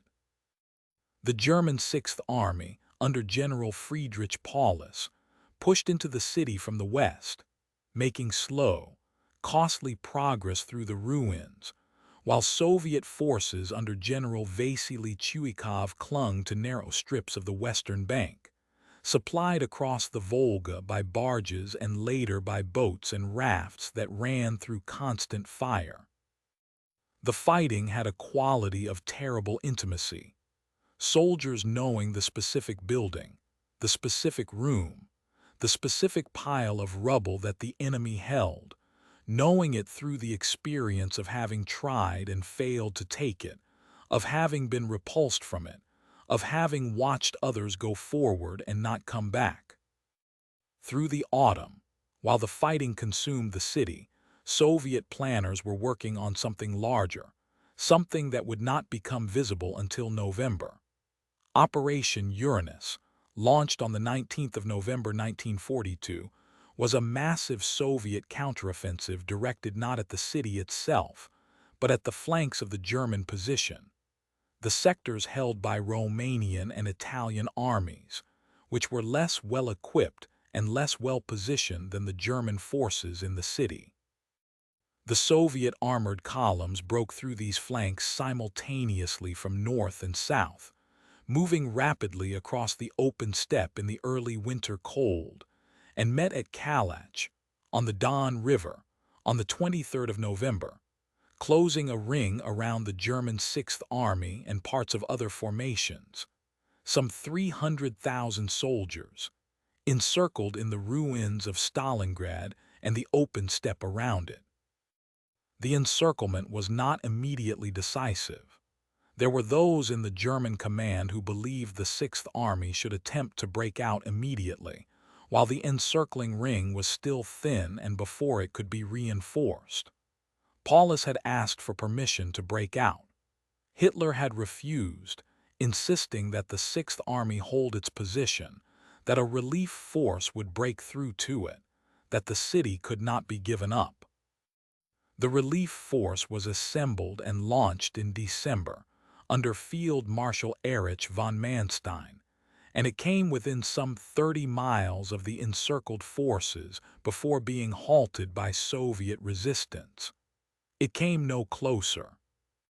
The pocket in the snow tightened, and the Sixth Army, running short of food and ammunition and fuel and warm clothing, contracted slowly inward through December and January, the men growing weaker by the day in the terrible cold, the perimeter shrinking, the space available to defend diminishing. Paulus surrendered on the 2nd of February, 1943. He had been promoted to field marshal by Hitler 2 days earlier, a promotion that carried with it the unspoken implication that no German field marshal had ever surrendered, that the promotion was therefore also an instruction. Paulus chose to surrender regardless, and in doing so he emerged from his headquarters into the cold and the ruins and was taken prisoner, along with the remnants of his army. Perhaps 90,000 men survived to be captured, out of the 300,000 who had been encircled. The rest had died of wounds, of cold, of starvation, of disease, in the ruins of a city beside a river in the middle of the Russian steppe. The news of the Stalingrad encirclement and the eventual surrender was felt throughout Germany and throughout the war. It was the first major disaster that the German public had been asked to absorb, the first moment when the carefully managed narrative of German invincibility had cracked in a way that was too large and too public to be concealed or reinterpreted. 3 days of national mourning were declared. Radio programs were interrupted. And in the quiet of those days, in the houses and apartments of German cities, people sat with the knowledge that something had changed, that the war was not going the way they had been assured it was going, that the future was less certain than it had seemed. In the Soviet Union, the meaning of Stalingrad was different but equally profound. The city, or what remained of it, had been held. The encirclement had worked. The Sixth Army was gone. After the catastrophic losses of 1941 and the first half of 1942, after the retreats and the surrenders and the seemingly unstoppable German advance, the Soviet Army had demonstrated that it could plan and execute a large-scale offensive operation, that it could encircle and destroy a major German force. The knowledge of this, the confidence it built, the lessons it contained about what was possible and how to achieve it, these would shape the Soviet conduct of the war for the remaining 2.5 years. The summer of 1943 brought the last major German strategic offensive on the Eastern Front. Operation Citadel was directed at the Kursk salient, a large bulge in the front line in the central sector, where Soviet forces projected westward into the German lines in a configuration that invited a pinching attack from north and south. The Germans assembled enormous forces for this operation, the largest concentration of tanks they would put together in the entire war, including their newest and heaviest models, the Tiger and the Panther, armor that was in several respects superior to what the Soviets then possessed. The attack was planned for May, then delayed by Hitler's insistence on waiting for more Panthers to arrive, then delayed again, until it was finally launched on the 5th of July. The Soviets, who had received detailed intelligence about the plans for Citadel through multiple sources, including the remarkable network of agents that would come to be known as the Lucy Spy Ring, operating through Switzerland, had spent the intervening months preparing one of the most elaborate defensive positions in the history of warfare. The Kursk salient had been dug into, literally, physically dug into, with a depth and thoroughness that was almost geological. Hundreds of miles of trenches, thousands of minefields, dense concentrations of anti-tank guns, reserves positioned in depth to absorb and counterattack any penetration. The soldiers who had built these defenses had moved enormous quantities of earth with their hands and their tools, had laid mines in patterns calculated to channel and slow attacking armor, had constructed positions with a care and patience that reflected both the military doctrine that guided them and the hard experience of 2 years of war. The German attack ran into this prepared defense and was ground down by it, slowly, over days of fighting in the hot July sun. The armor that had been expected to break through and encircle the Soviet forces in the salient found itself, instead, fighting through a defensive system that had no end, that produced a new line every time one was overcome, that absorbed the momentum of the attack and dissipated it without breaking. The Battle of Prokhorovka on the 12th of July was among the largest tank engagements ever fought, hundreds of armored vehicles from both sides meeting in the open field south of Kursk, the ground churning under their tracks, the smoke of burning vehicles rising into the summer sky. The engagement was costly for both sides, but the German forces, unlike the Soviet forces, could not replace what they lost. On the same day as the Battle of Prokhorovka, Allied forces landed in Sicily, opening a new front that drew Hitler's attention and ultimately led him to call off the Citadel offensive before it had achieved anything decisive. German forces in the east began to pull back, and the Soviet counteroffensives that followed pushed steadily westward through the summer and autumn of 1943.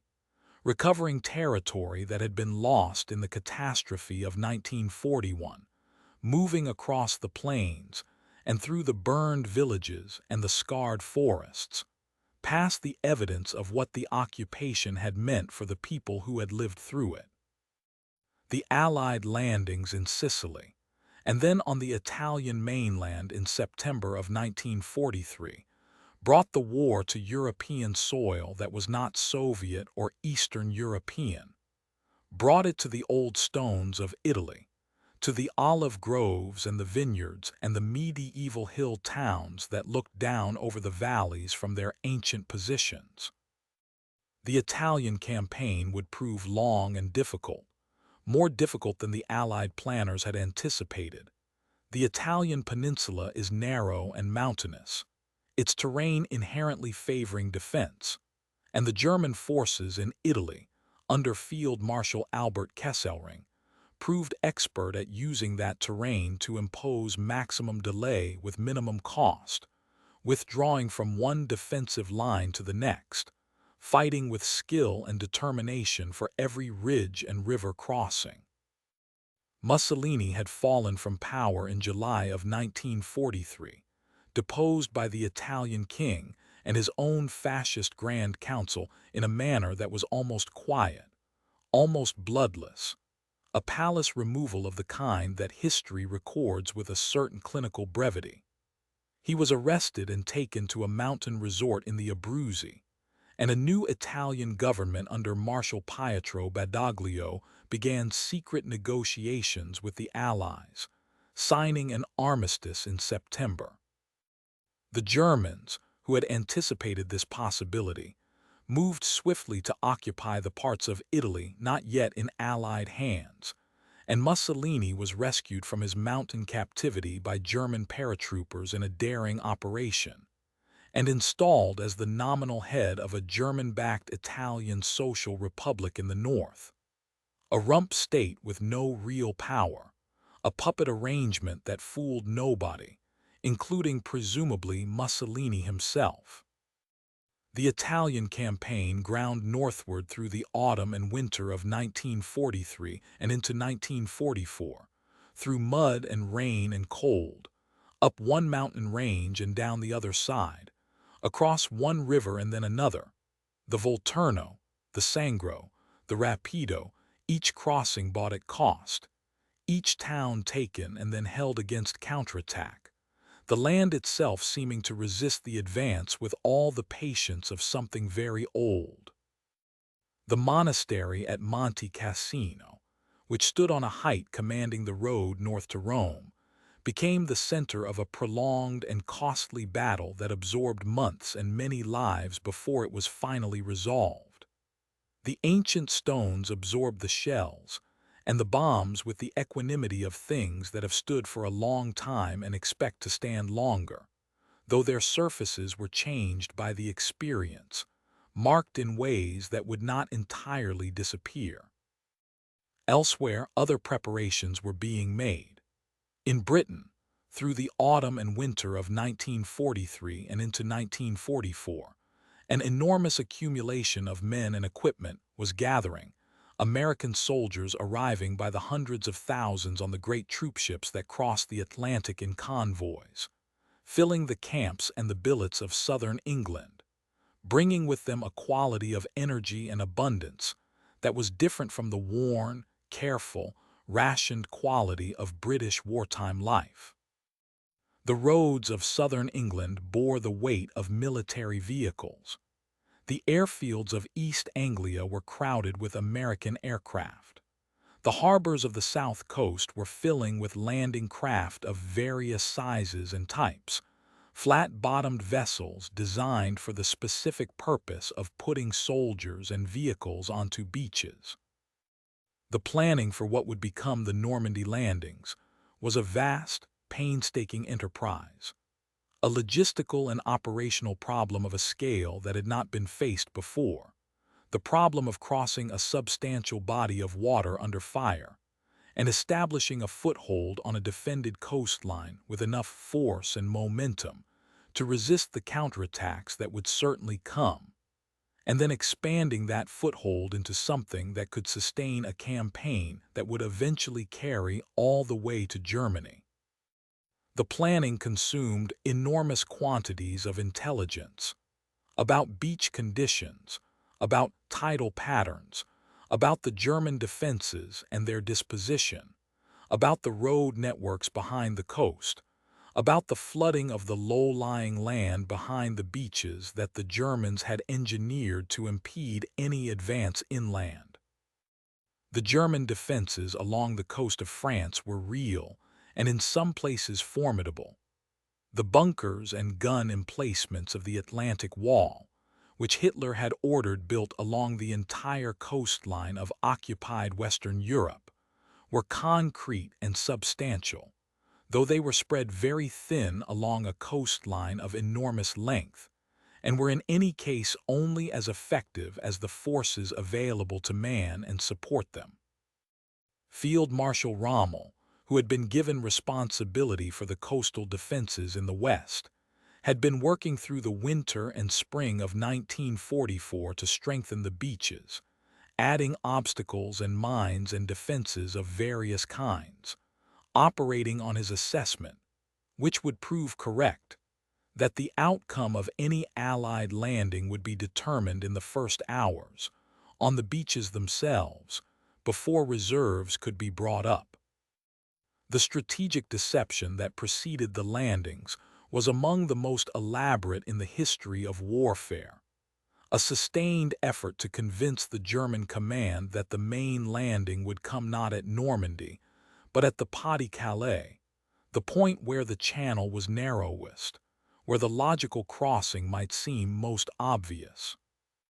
False army groups, fictional commanders, carefully managed leaks, double agents feeding carefully constructed misinformation to German intelligence.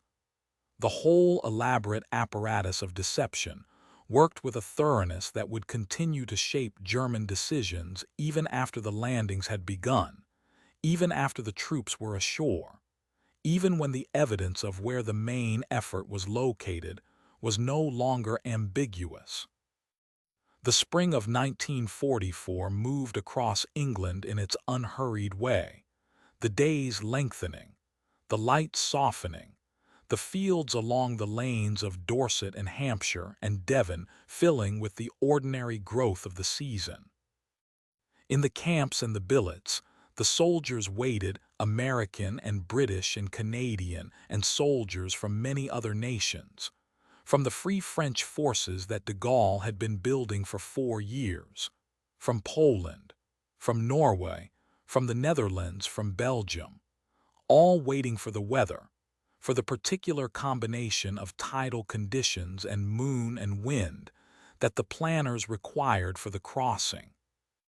The waiting had its own particular quality, a heaviness overlaid with the ordinary activities of military life, the drilling and the training and the card games and the letters home, all of it conducted in the knowledge that something enormous was coming, that the days of waiting were finite, that somewhere ahead in the calendar there was a day that was not yet named but was already decided. The war was turning. It was turning slowly, in the way that large things turn, with the resistance of its own momentum and the friction of everything it contained. But the direction was changing, had been changing, through all the long months and years since Stalingrad and Midway and El Alamein, accumulating its change in the way that interest accumulates, quietly and continuously, until the amount is suddenly visible, suddenly undeniable, a fact that everyone can read in the same way and that points in the same direction. The tide, having come in so far and so fast in those first terrible years, was going out now slowly, with the measured patience of something governed by forces larger than any individual decision or any single battle. And in the camps of southern England in the spring rain, among the gathering ships and the crowded roads, the force that would begin the last great movement of the war in Europe was assembling itself, quietly and with great care, waiting for the weather to clear. The sea on the night of the 5th of June, 1944, was rougher than anyone would have wished. The Channel, which is never entirely still, which has a temperament of its own quite independent of what happens on its surface or along its shores, was running with a swell that made the flat-bottomed landing craft pitch and roll in ways that were deeply uncomfortable for the soldiers packed inside them. The men had been waiting for days already, loaded onto their vessels and then held in harbor while the weather refused to cooperate. And now they were moving, finally moving, in the dark and the cold and the spray, across the water toward the coast of Normandy, which lay ahead of them in the darkness, invisible, known only from maps and photographs and the careful briefings that had told them what to expect in the daylight that was still some hours away. The crossing took most of the night. The fleet that moved across the channel in those dark hours was of an almost incomprehensible size, nearly 7,000 vessels of various kinds, from the large warships that would provide the offshore bombardment to the smallest landing craft, carrying in total around 150,000 soldiers who would go ashore on the 6th of June.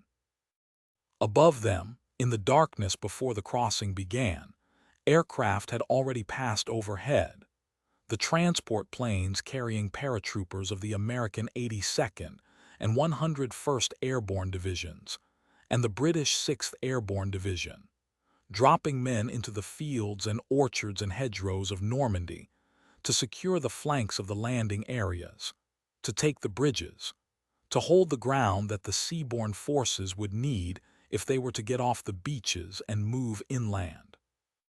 The landings began in the early morning, in a gray half-light, with the sound of the naval bombardment heavy in the air, the smell of cordite and salt water, the beaches ahead rising out of the sea as the landing craft came in.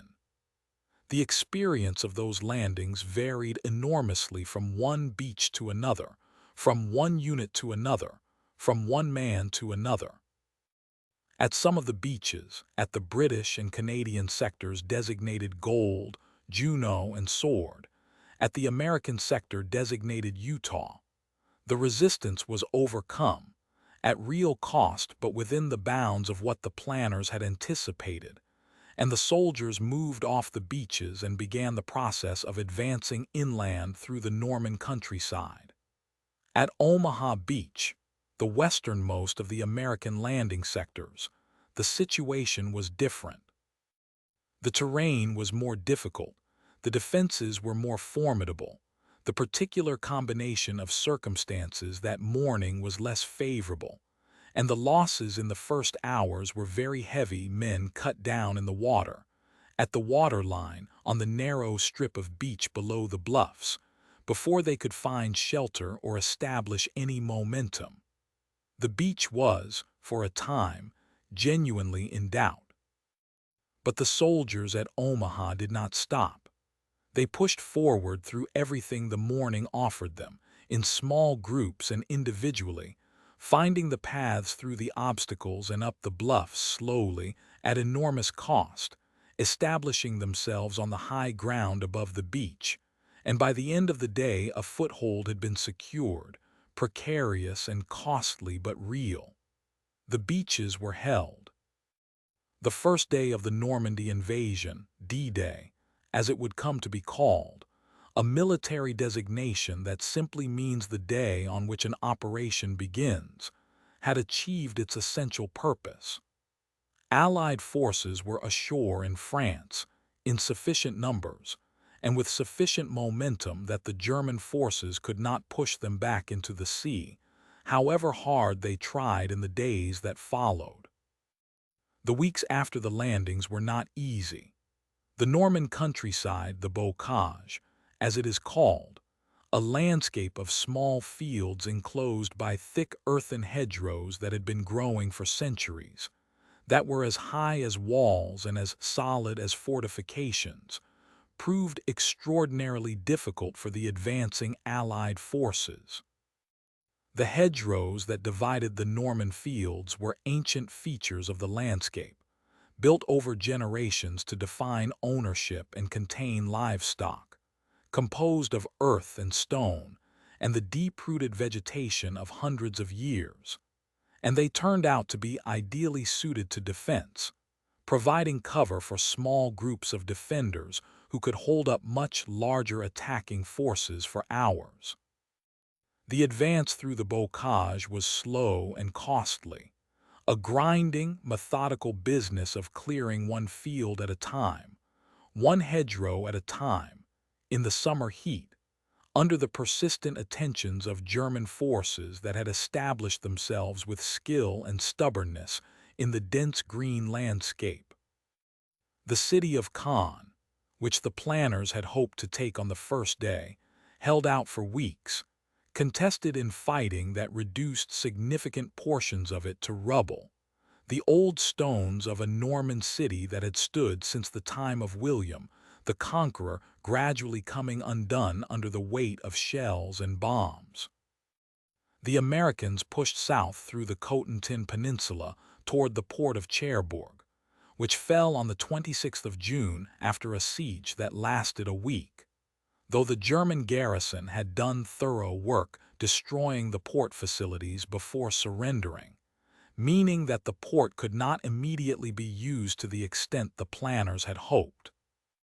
The Mulberry Harbors, the remarkable prefabricated temporary harbors that had been towed across the channel in sections and assembled off the Normandy beaches to sustain the supply of the landing forces, while permanent port facilities were not yet available, had been damaged by a severe storm in mid-June, reducing the flow of supplies at a critical time. But the weight of what had been accumulated, the sheer mass of men and equipment that continued to pour across the channel and into the bridgehead, was building towards something that the German forces in Normandy, however well they fought, could not ultimately resist. In late July, the Americans broke through the German lines at St. Lo in an operation called Cobra, punching a hole in the German position through which armored forces poured into the open country of Brittany and the Loire Valley. The breakout was rapid, covering ground in days that the grinding attrition of June and early July had made seem impossibly distant. German forces in Normandy, a large portion of them caught in a pocket near Falaise as American forces swept around from the south and British and Canadian forces pressed from the north, were caught in an encirclement from which many of them could not escape. Paris was liberated on the 25th of August, 1944. The liberation was not entirely a military affair. The French resistance had risen in the city in the days before the Allied forces arrived, and the Free French 2nd Armored Division, commanded by General Philippe Leclerc, was given the honor of entering the city first, on de Gaulle's insistence that France should liberate its own capital, that the city should not pass from German hands to American or British hands, but should be received by Frenchmen. De Gaulle himself walked down the Champs-Élysées on the 26th of August, in the warm late summer light, through the crowds that had gathered to see this moment, to inhabit this moment, a tall man, moving with a careful deliberateness, carrying the weight of 4 years of exile and resistance, and the particular, sustaining, sometimes maddening certainty that France was great and would endure. The Allied advance through the late summer of 1944 moved with a speed that seemed briefly to suggest the war might be over before the year ended. The armies swept through France and Belgium, liberating cities as they went: Rouen, Brussels, Antwerp, covering hundreds of miles in weeks, the German forces falling back with a rapidity that suggested disorganization, exhaustion, the dissolution of an army that had been stretched beyond what it could sustain. The euphoria of those weeks was real and understandable, but it was also premature. The supply lines stretching back to the Normandy beaches were growing longer by the day, and the armies were beginning to outrun the fuel and ammunition they needed to sustain their momentum.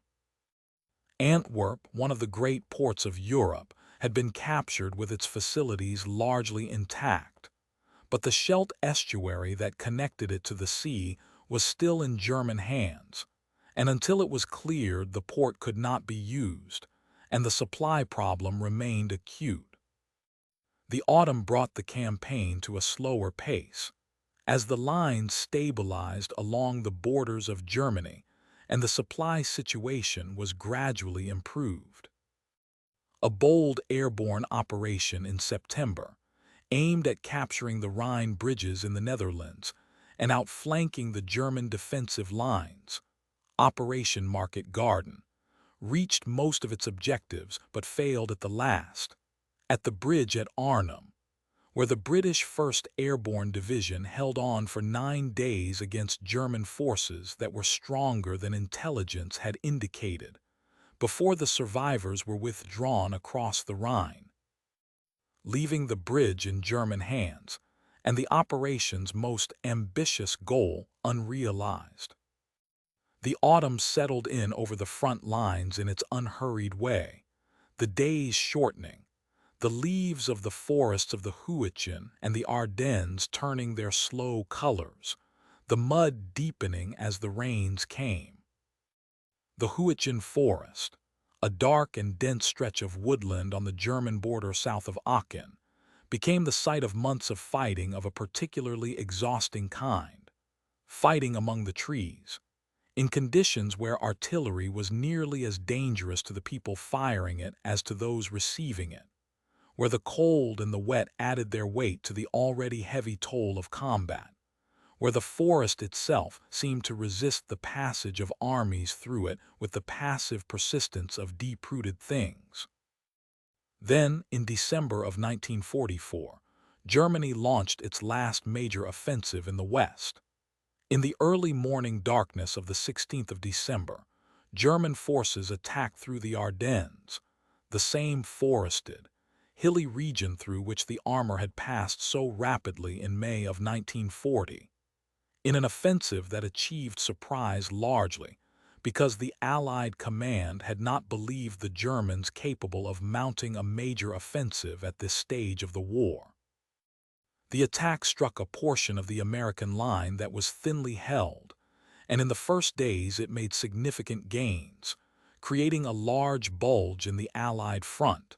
The bulge, as the operation came to be known in American memory, or the Battle of the Ardennes.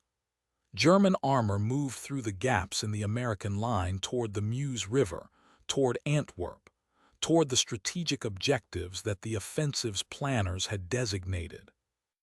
The town of Bastogne, a road junction of significance in the Ardennes, was surrounded by German forces and defended by the American 101st Airborne Division, which held on through days of encirclement, through the cold and the snow, and the shortage of ammunition and medical supplies, in the quiet stubbornness of soldiers who had been told to hold and were holding. The weather, which had been overcast for weeks and had grounded Allied air support, cleared on the 23rd of December, and the aircraft came, the transports dropping supplies to the surrounded garrison, the fighters and fighter-bombers moving against the German columns and supply lines. General George Patton's Third Army, in one of the more remarkable administrative and logistical achievements of the campaign, turned its axis of advance 90 degrees in a matter of days, and drove north to relieve Bastogne on the 26th of December. The German offensive in the Ardennes was the last large movement of German forces in the West. It had consumed reserves that Germany could not replace, in an operation that had not achieved its objectives, and in January of 1945 Allied forces pressed the bulge back to where it had been and then pressed further, into Germany itself. The Rhine, that wide, slow, ancient river that had served for so long as a boundary, natural, cultural, psychological, was crossed in March of 1945 at Remagen, where an American unit found the Ludendorff Bridge still standing, intact, uncompleted the demolition that should have brought it down, and pushed across before it could be destroyed. Other crossings followed, carefully planned and heavily supported, and the Allied armies moved into the German heartland, through the industrial Ruhr Valley, through the cities and the towns and the forests, and the farmland of a country that was now being fought over on its own soil. In the east, the Soviet advance had been continuing through 1944 with a power and momentum that reflected the enormous expansion of Soviet military capability over the years of the war. Operation Bagration, launched in June of 1944 simultaneously with the Normandy landings, had destroyed the German Army Group Center in a series of encirclements and advances that dwarfed even the Normandy operation in scale. Hundreds of thousands of German soldiers killed or captured. The front pushed back hundreds of miles, the German strategic position in the east fundamentally broken. Soviet forces had crossed into Poland, had reached the Vistula River at Warsaw, had moved into Romania and Bulgaria and Hungary and Yugoslavia, had reached the borders of East Prussia. The map of German-controlled territory was shrinking from both sides, the area of gray diminishing day by day as the lines moved inward from east and west. Warsaw fell to Soviet forces in January of 1945, though the city they entered was barely a city at all. The Warsaw Uprising of August to October 1944, in which the Polish Home Army, the underground resistance force loyal to the Polish government in exile in London, had risen against the German occupation as Soviet forces approached, fighting in the streets and the ruins for 63 days before being crushed, had been followed by a German operation that systematically demolished what remained of the city block by block, as an act of deliberate annihilation. The soldiers who entered Warsaw in January found a landscape of rubble and silence, the bones of a city, barely anything standing, the ordinary human geography of streets and buildings and neighborhoods almost entirely erased. The Vistula Oder offensive of January 1945 carried Soviet forces from the Vistula River in Poland to the Oder River in Germany in a matter of weeks. An advance of several hundred miles conducted in the winter cold across the flat Polish plain, through the snow and the frozen ground, moving so rapidly that the German defensive preparations along the route were consistently outpaced. By the beginning of February, Soviet forces were on the Oder, 60 miles from Berlin, the closest they had yet come to the German capital, close enough that in the city itself the sound of artillery could sometimes be heard in the stillness of the night. The final months of the war in Europe had a quality that was unlike the earlier phases, a quality of dissolution, of things coming undone, of a system losing its coherence as the pressure on it from all sides exceeded what it could sustain. The German state was still functioning, in the sense that orders were still being given and were still, in many cases, being followed, that the machinery of administration and coercion was still running, but it was running in a landscape that was being progressively narrowed, a landscape of shrinking options and dwindling resources, and the growing awareness that the end was near, that the calculations of 1939 and 1940 had led here, to this place of ruin and defeat. In the Pacific, the war was following its own trajectory toward its own ending, through a series of island campaigns that moved steadily northward and westward in the direction of Japan. The strategy that had been developed over the course of 1943 and 1944, leapfrogging, as it was sometimes called, bypassing heavily defended Japanese positions to seize less defended islands that could provide bases for the next advance, had brought American forces progressively closer to the Japanese home islands, the distances shrinking as the island chains were worked through, the strategic geometry tightening around Japan's position. The island of Iwo Jima, a small volcanic island of sulfur and black sand rising from the Pacific some 700 miles south of Tokyo, was taken in February and March of 1945 in a battle of extraordinary ferocity. The island was heavily fortified, tunneled through with an underground network of bunkers and passages that had been constructed with great care over years, making the surface fortifications only the visible part of a much larger defensive system. The Marines who landed on Iwo Jima on the 19th of February found themselves on a beach of black volcanic sand that offered little cover, under fire from positions that were difficult to locate and difficult to destroy. The fighting continued for 36 days, through the volcanic landscape, through the sulfurous ground that smelled of the Earth's interior, and when it was over, the island had been secured at a cost that sobered even those who had expected the battle to be difficult.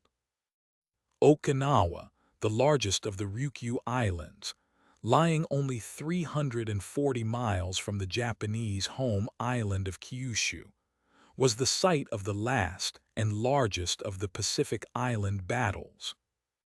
The campaign began on the 1st of April, 1945, and lasted for 82 days, through a spring that brought its own indifferent beauty to the island even as the fighting consumed it. The coral and the limestone and the sugar cane, and the villages built in the traditional Okinawan style, all of it becoming the material of a battle that was devastating for everyone involved, including the Okinawan civilian population who lived on the island and who were caught in the middle of the fighting with nowhere to go, no safe distance to retreat to. The Japanese defense of Okinawa employed, among other methods, the coordinated use of kamikaze aircraft, aircraft flown deliberately into American ships by pilots who had accepted their own death as the instrument of their mission. The kamikazes had first been used in any significant number during the Philippines campaign in late 1944, and at Okinawa they were employed at a scale and with an effectiveness that was deeply alarming to the American Naval Command. Ship after ship was hit, damaged, sunk, the psychological effect on the crews of ships watching other ships burning in the harbor compounding the physical effect of the attacks themselves. The losses were real and they were felt. The fighting on Okinawa ended in late June of 1945. By then, the broader strategic situation had been transformed by events in Europe. Germany had surrendered. The war in Europe was over. The last weeks of the European war had the quality of a tide going out. Not dramatically, not in a single great withdrawal, but steadily, continuously, the water pulling back across the sand until the shore was exposed and everything that had been submerged was visible. Berlin, the capital of the Reich, was surrounded in late April of 1945 by Soviet forces that had closed in from the east and south and north, and the fighting in the city street by street, building by building, in the rubble of a capital that had been bombed for years, was the final, concentrated embodiment of everything the war had been. Hitler died on the 30th of April in the underground bunker beneath the Reich Chancellery, by his own hand, as the Soviet forces were close enough that the sounds of their advance could be heard above. He had been there for months, in those underground rooms, removed from the daylight, conducting a war that had long since ceased to be conductible, issuing orders to armies that no longer existed, in a geography that had been reduced to a few square miles of burning city. Germany surrendered on the 8th of May, 1945. The surrender was unconditional, as the Allies had insisted it must be, no ambiguity, no negotiated terms that could later be disputed or reinterpreted, no possibility of the kind of myth that had grown up after the First World War about an army that had not truly been defeated. The guns fell silent across Europe on that May morning, and in the cities of Britain and France and the liberated countries of Western Europe, people came out into the streets, and the relief and the exhaustion were so mixed together that it was difficult to say where one ended and the other began. In the Pacific, 3 months remained. The summer of 1945 moved across the world in its ordinary way, unhurried and indifferent to the extraordinary things happening within it. The light came in the mornings and went in the evenings. The grass grew in the fields. The rivers ran in their channels toward the sea. And somewhere inside all that ordinary continuity, the world was in the process of becoming something quite different from what it had been, not suddenly, not all at once, but in the slow, irreversible way that things become different when enough has changed, when the accumulation of loss and destruction and transformation has reached the point where the old shape of things can no longer be restored, where what comes next must be something new, built from the materials of the wreckage and the survival, and the long, patient effort of people who are still alive and still need to eat and sleep, and find some way to continue. In the Pacific, the war continued through June and July of 1945, with an intensity that showed no signs of diminishing. The campaigns at Iwo Jima and Okinawa had demonstrated with terrible clarity what the assault on the Japanese home islands would likely cost, not in the tens of thousands but potentially in the hundreds of thousands, on both sides, in fighting that would move through terrain familiar to its defenders, through a civilian population that had been prepared for years to understand resistance as a duty and surrender as an irredeemable shame. The planning for Operation Downfall, the invasion of Japan, was proceeding through the summer months with a thoroughness that reflected the seriousness of what was being contemplated. The first landings in Kyushu, projected for November of 1945, the subsequent landings near Tokyo for the spring of 1946, an operation that would dwarf even Normandy in its scale and in its anticipated human cost. In the desert of New Mexico, in a place called the Jornada del Muerto, the journey of the dead man, a device of a kind that had never existed before was being prepared for the first test of its operation.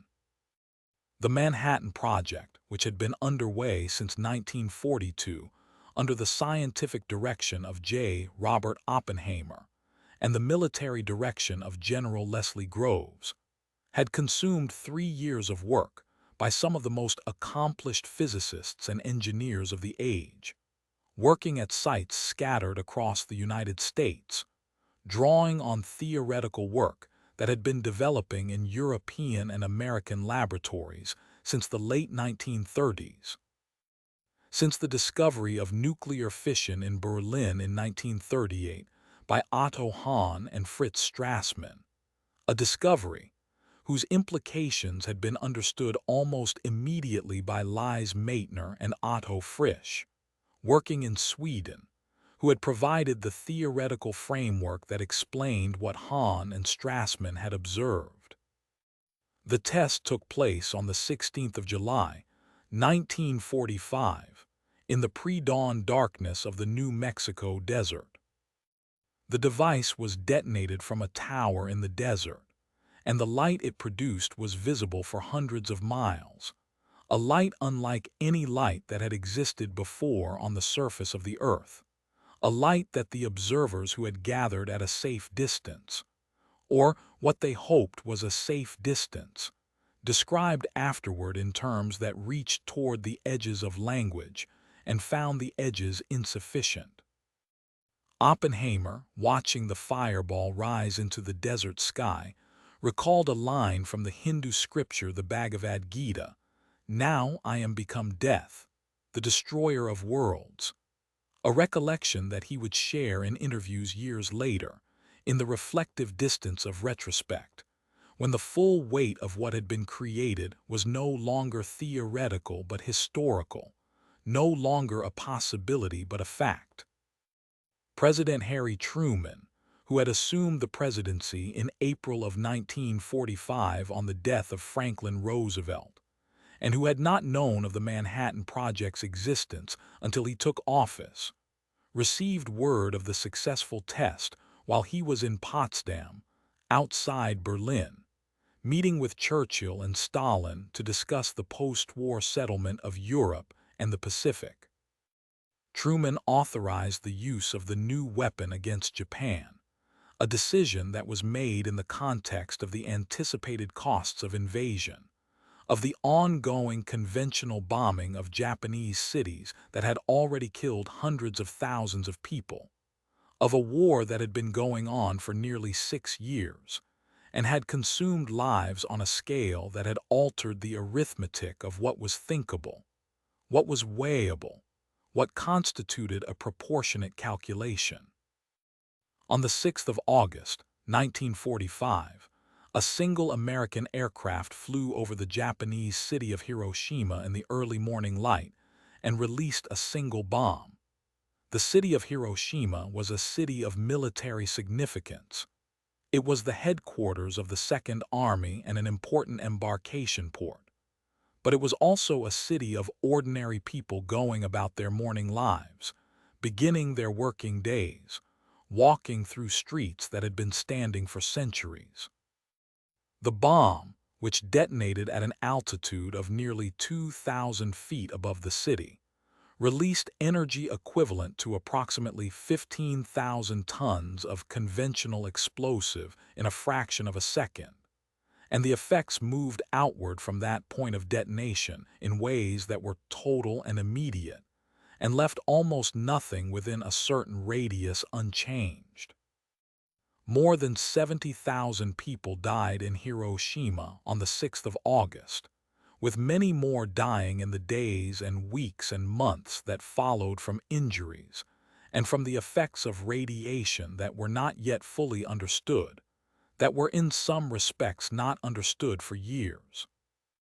3 days later, on the 9th of August, a second bomb was dropped on Nagasaki, a port city on the island of Kyushu, when clouds over the primary target of Kokura caused the aircraft to divert. Nagasaki had a complicated history.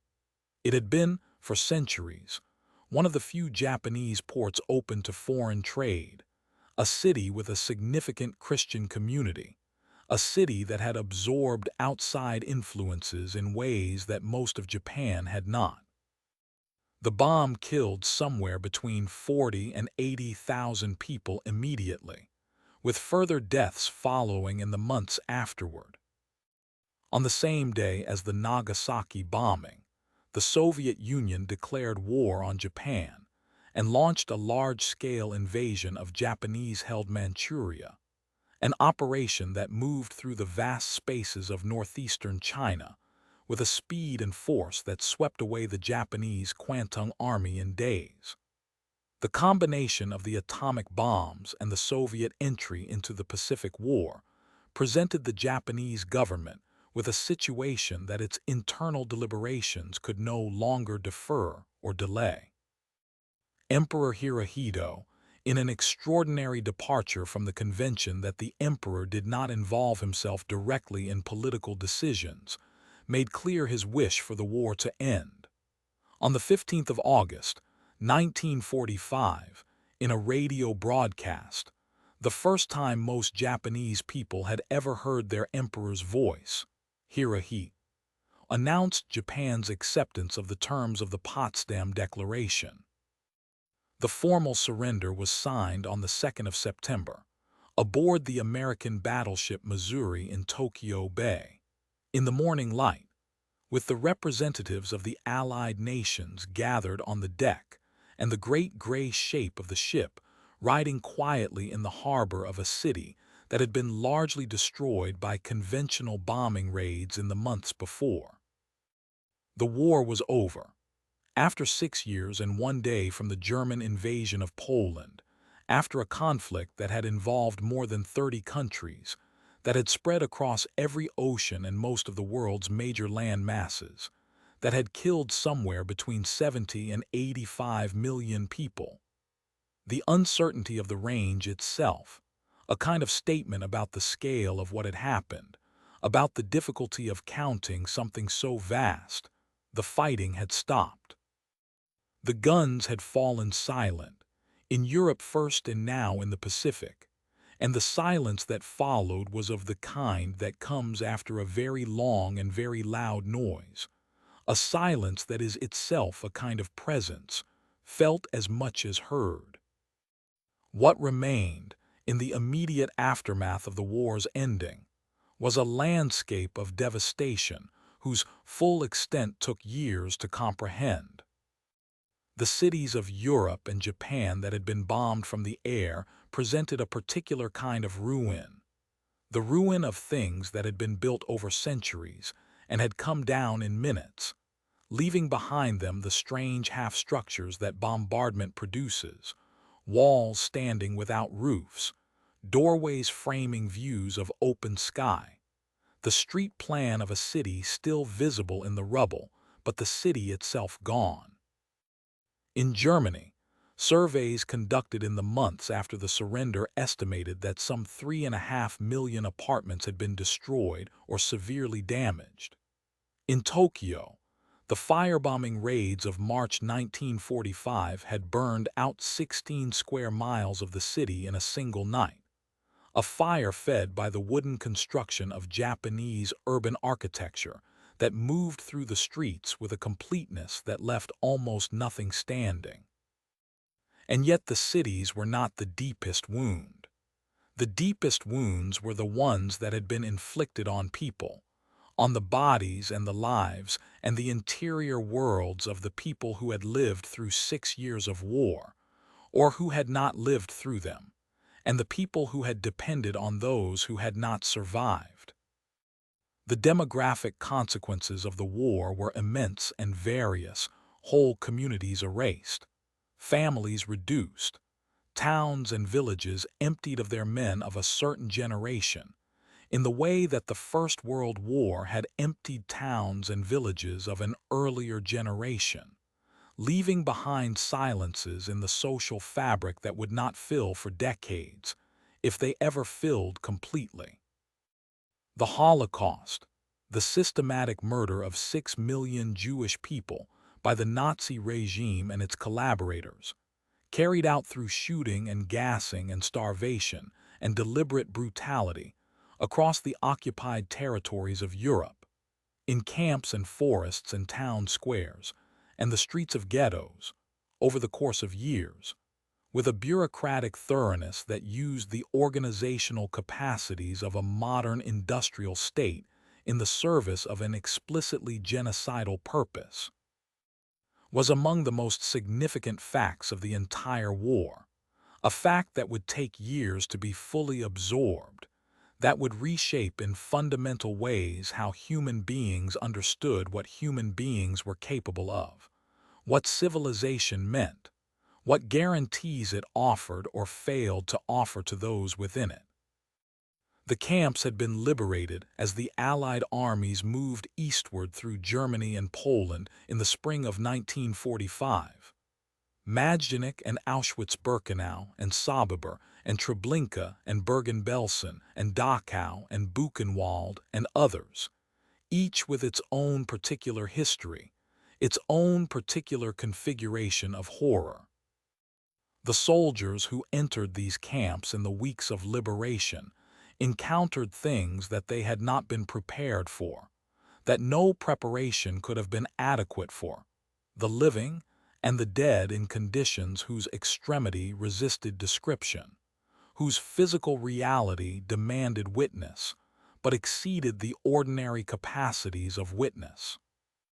Many of the soldiers who liberated the camps spoke of what they had seen for the rest of their lives, and many others never spoke of it at all, carrying it silently, in the way that people carry things that are too heavy for ordinary language to hold. The survivors of the camps, and the survivors of the ghettos and the hiding places, and the various other forms of concealment and resistance that had preserved some lives through the years of persecution, emerged into a post-war world that was in many respects ill-equipped to receive them. The communities they had come from were gone, destroyed in ways that were sometimes physical, the buildings demolished, the cemeteries desecrated, the synagogues burned, and sometimes demographic, the absence of people being a kind of destruction no less complete than the absence of buildings. The legal and social structures of the countries they returned to were uncertain about their status, slow to return confiscated property, sometimes actively hostile. The full recognition of what had been done to them, the adequate accounting, the appropriate response, these were things that the world would struggle toward for decades, imperfectly and unevenly, never quite arriving at anything that deserved to be called sufficient. The displaced persons camps that were established across Germany and Austria, and Italy in the months after the war's end held millions of people who had no clear place to return to, former prisoners, and forced laborers and refugees and survivors of various kinds. People from across the map of Europe whose previous lives had been dissolved by the war and who were now waiting, in the particular liminal condition of the displaced, for something to resolve, for some door to open, for somewhere to go. The administration of these camps, by military authorities and by organizations like the United Nations Relief and Rehabilitation Administration, was an enormous undertaking, conducted under conditions of genuine difficulty, and with results that were mixed, decent in some cases, inadequate in others, reflecting the limits of what any institution can do when faced with human suffering of that scale.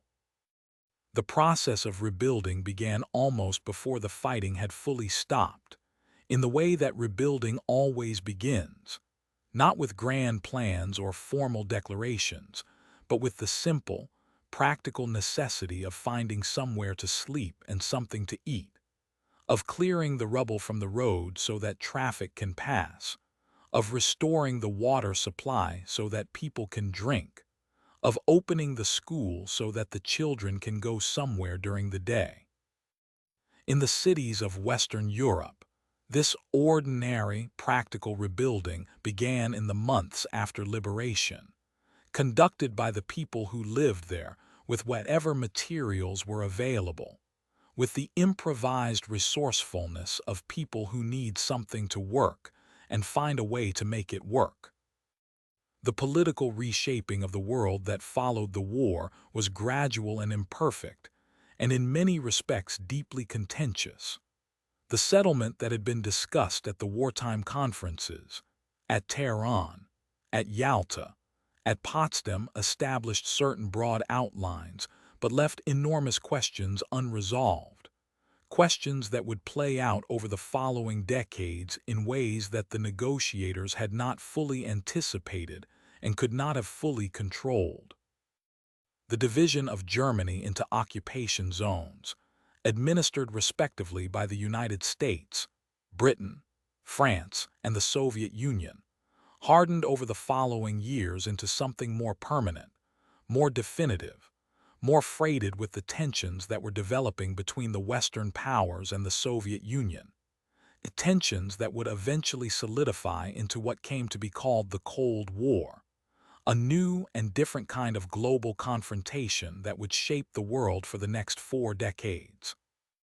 The United Nations, which had been conceived during the war as an organization that would prevent the kind of international failure that had led to the conflict, was established in San Francisco in June of 1945, while the war in the Pacific was still ongoing. Its charter was signed by representatives of 50 nations, and the organization that came into being was imperfect from the start, shaped by the power of the states that had founded it, constrained by the requirement for consensus among the major powers, unable to act effectively when those powers were themselves in disagreement. But it was real, and it represented a genuine aspiration, a collective acknowledgement that something different was needed, that the old order of sovereign states acting purely in their own interests without any overarching framework had produced consequences that nobody wanted to repeat. The Nuremberg trials, which began in November of 1945 and continued through the following year, were an attempt to hold individuals legally accountable for the crimes that had been committed in the conduct of the war and in the operation of the Nazi regime. War crimes, crimes against humanity, crimes against peace. 24 major defendants were tried before an international military tribunal, 12 of whom were sentenced to death, others to prison terms of varying lengths, 3 acquitted. The trials were not without their complexities and contradictions. The use of retroactive law, the selective application of principles that were not consistently applied to the conduct of all sides, the question of whether a tribunal composed of the victors could be said to administer genuine justice. These questions were real and were raised at the time and have continued to be discussed. But the trials also established something important, something that had not previously existed in international law: the principle that individuals, including heads of state and senior officials, could be held personally responsible for crimes of this kind, that the defense of following orders was not a complete answer, that the state was not an entity entirely beyond legal accountability. Japan's own reckoning with the war took a different form and followed a different trajectory, shaped by the circumstances of occupation, by the decision to preserve the emperor and the imperial institution as instruments of orderly transition, by the particular character of Japanese political culture and its relationship to collective memory and collective responsibility. The International Military Tribunal for the Far East, which tried Japanese leaders for war crimes and crimes against peace, issued its verdicts in 1948. 7 defendants were executed. But the full accounting of Japan's conduct in China and Korea and across the territories it had occupied, the comfort women, the Nanjing massacre, the biological warfare experiments conducted by Unit 731, would remain contested and incomplete in ways that continued to affect relationships between Japan and its neighbors for generations. The world that emerged from the war was materially, demographically, politically, and psychologically different from the world that had entered it. Some of the differences were visible and measurable. The dead could be counted, however imprecisely. The destroyed cities could be surveyed. The displaced populations could be tallied. Other differences were less quantifiable but equally real. The changes in how people understood authority and institutions, in what they expected from governments, in what they believed about human nature and human possibility and the fragility of civilization. In Europe, the post-war decades brought a gradual, uneven, but genuine rebuilding and economic recovery that was slower in some places than others, faster in some places than anyone had anticipated. The Marshall Plan, through which the United States provided substantial economic assistance to Western European countries beginning in 1948, played a real role in this recovery, providing resources and encouraging the kind of economic cooperation between European nations that would eventually develop into the European Economic Community, and in time, into the European Union. An institution built explicitly on the conviction that the economic integration of European nations was the most reliable guarantor of peace among them, that prosperity shared was conflict averted, that the interests that bound nations together were stronger than the resentments that divided them. The generation that had lived through the war carried it with them for the rest of their lives, in various ways and with various degrees of visibility. Some of them spoke of it often, to their children and their grandchildren, finding in the telling a way of processing what they had experienced, a way of passing on something that seemed important to pass on.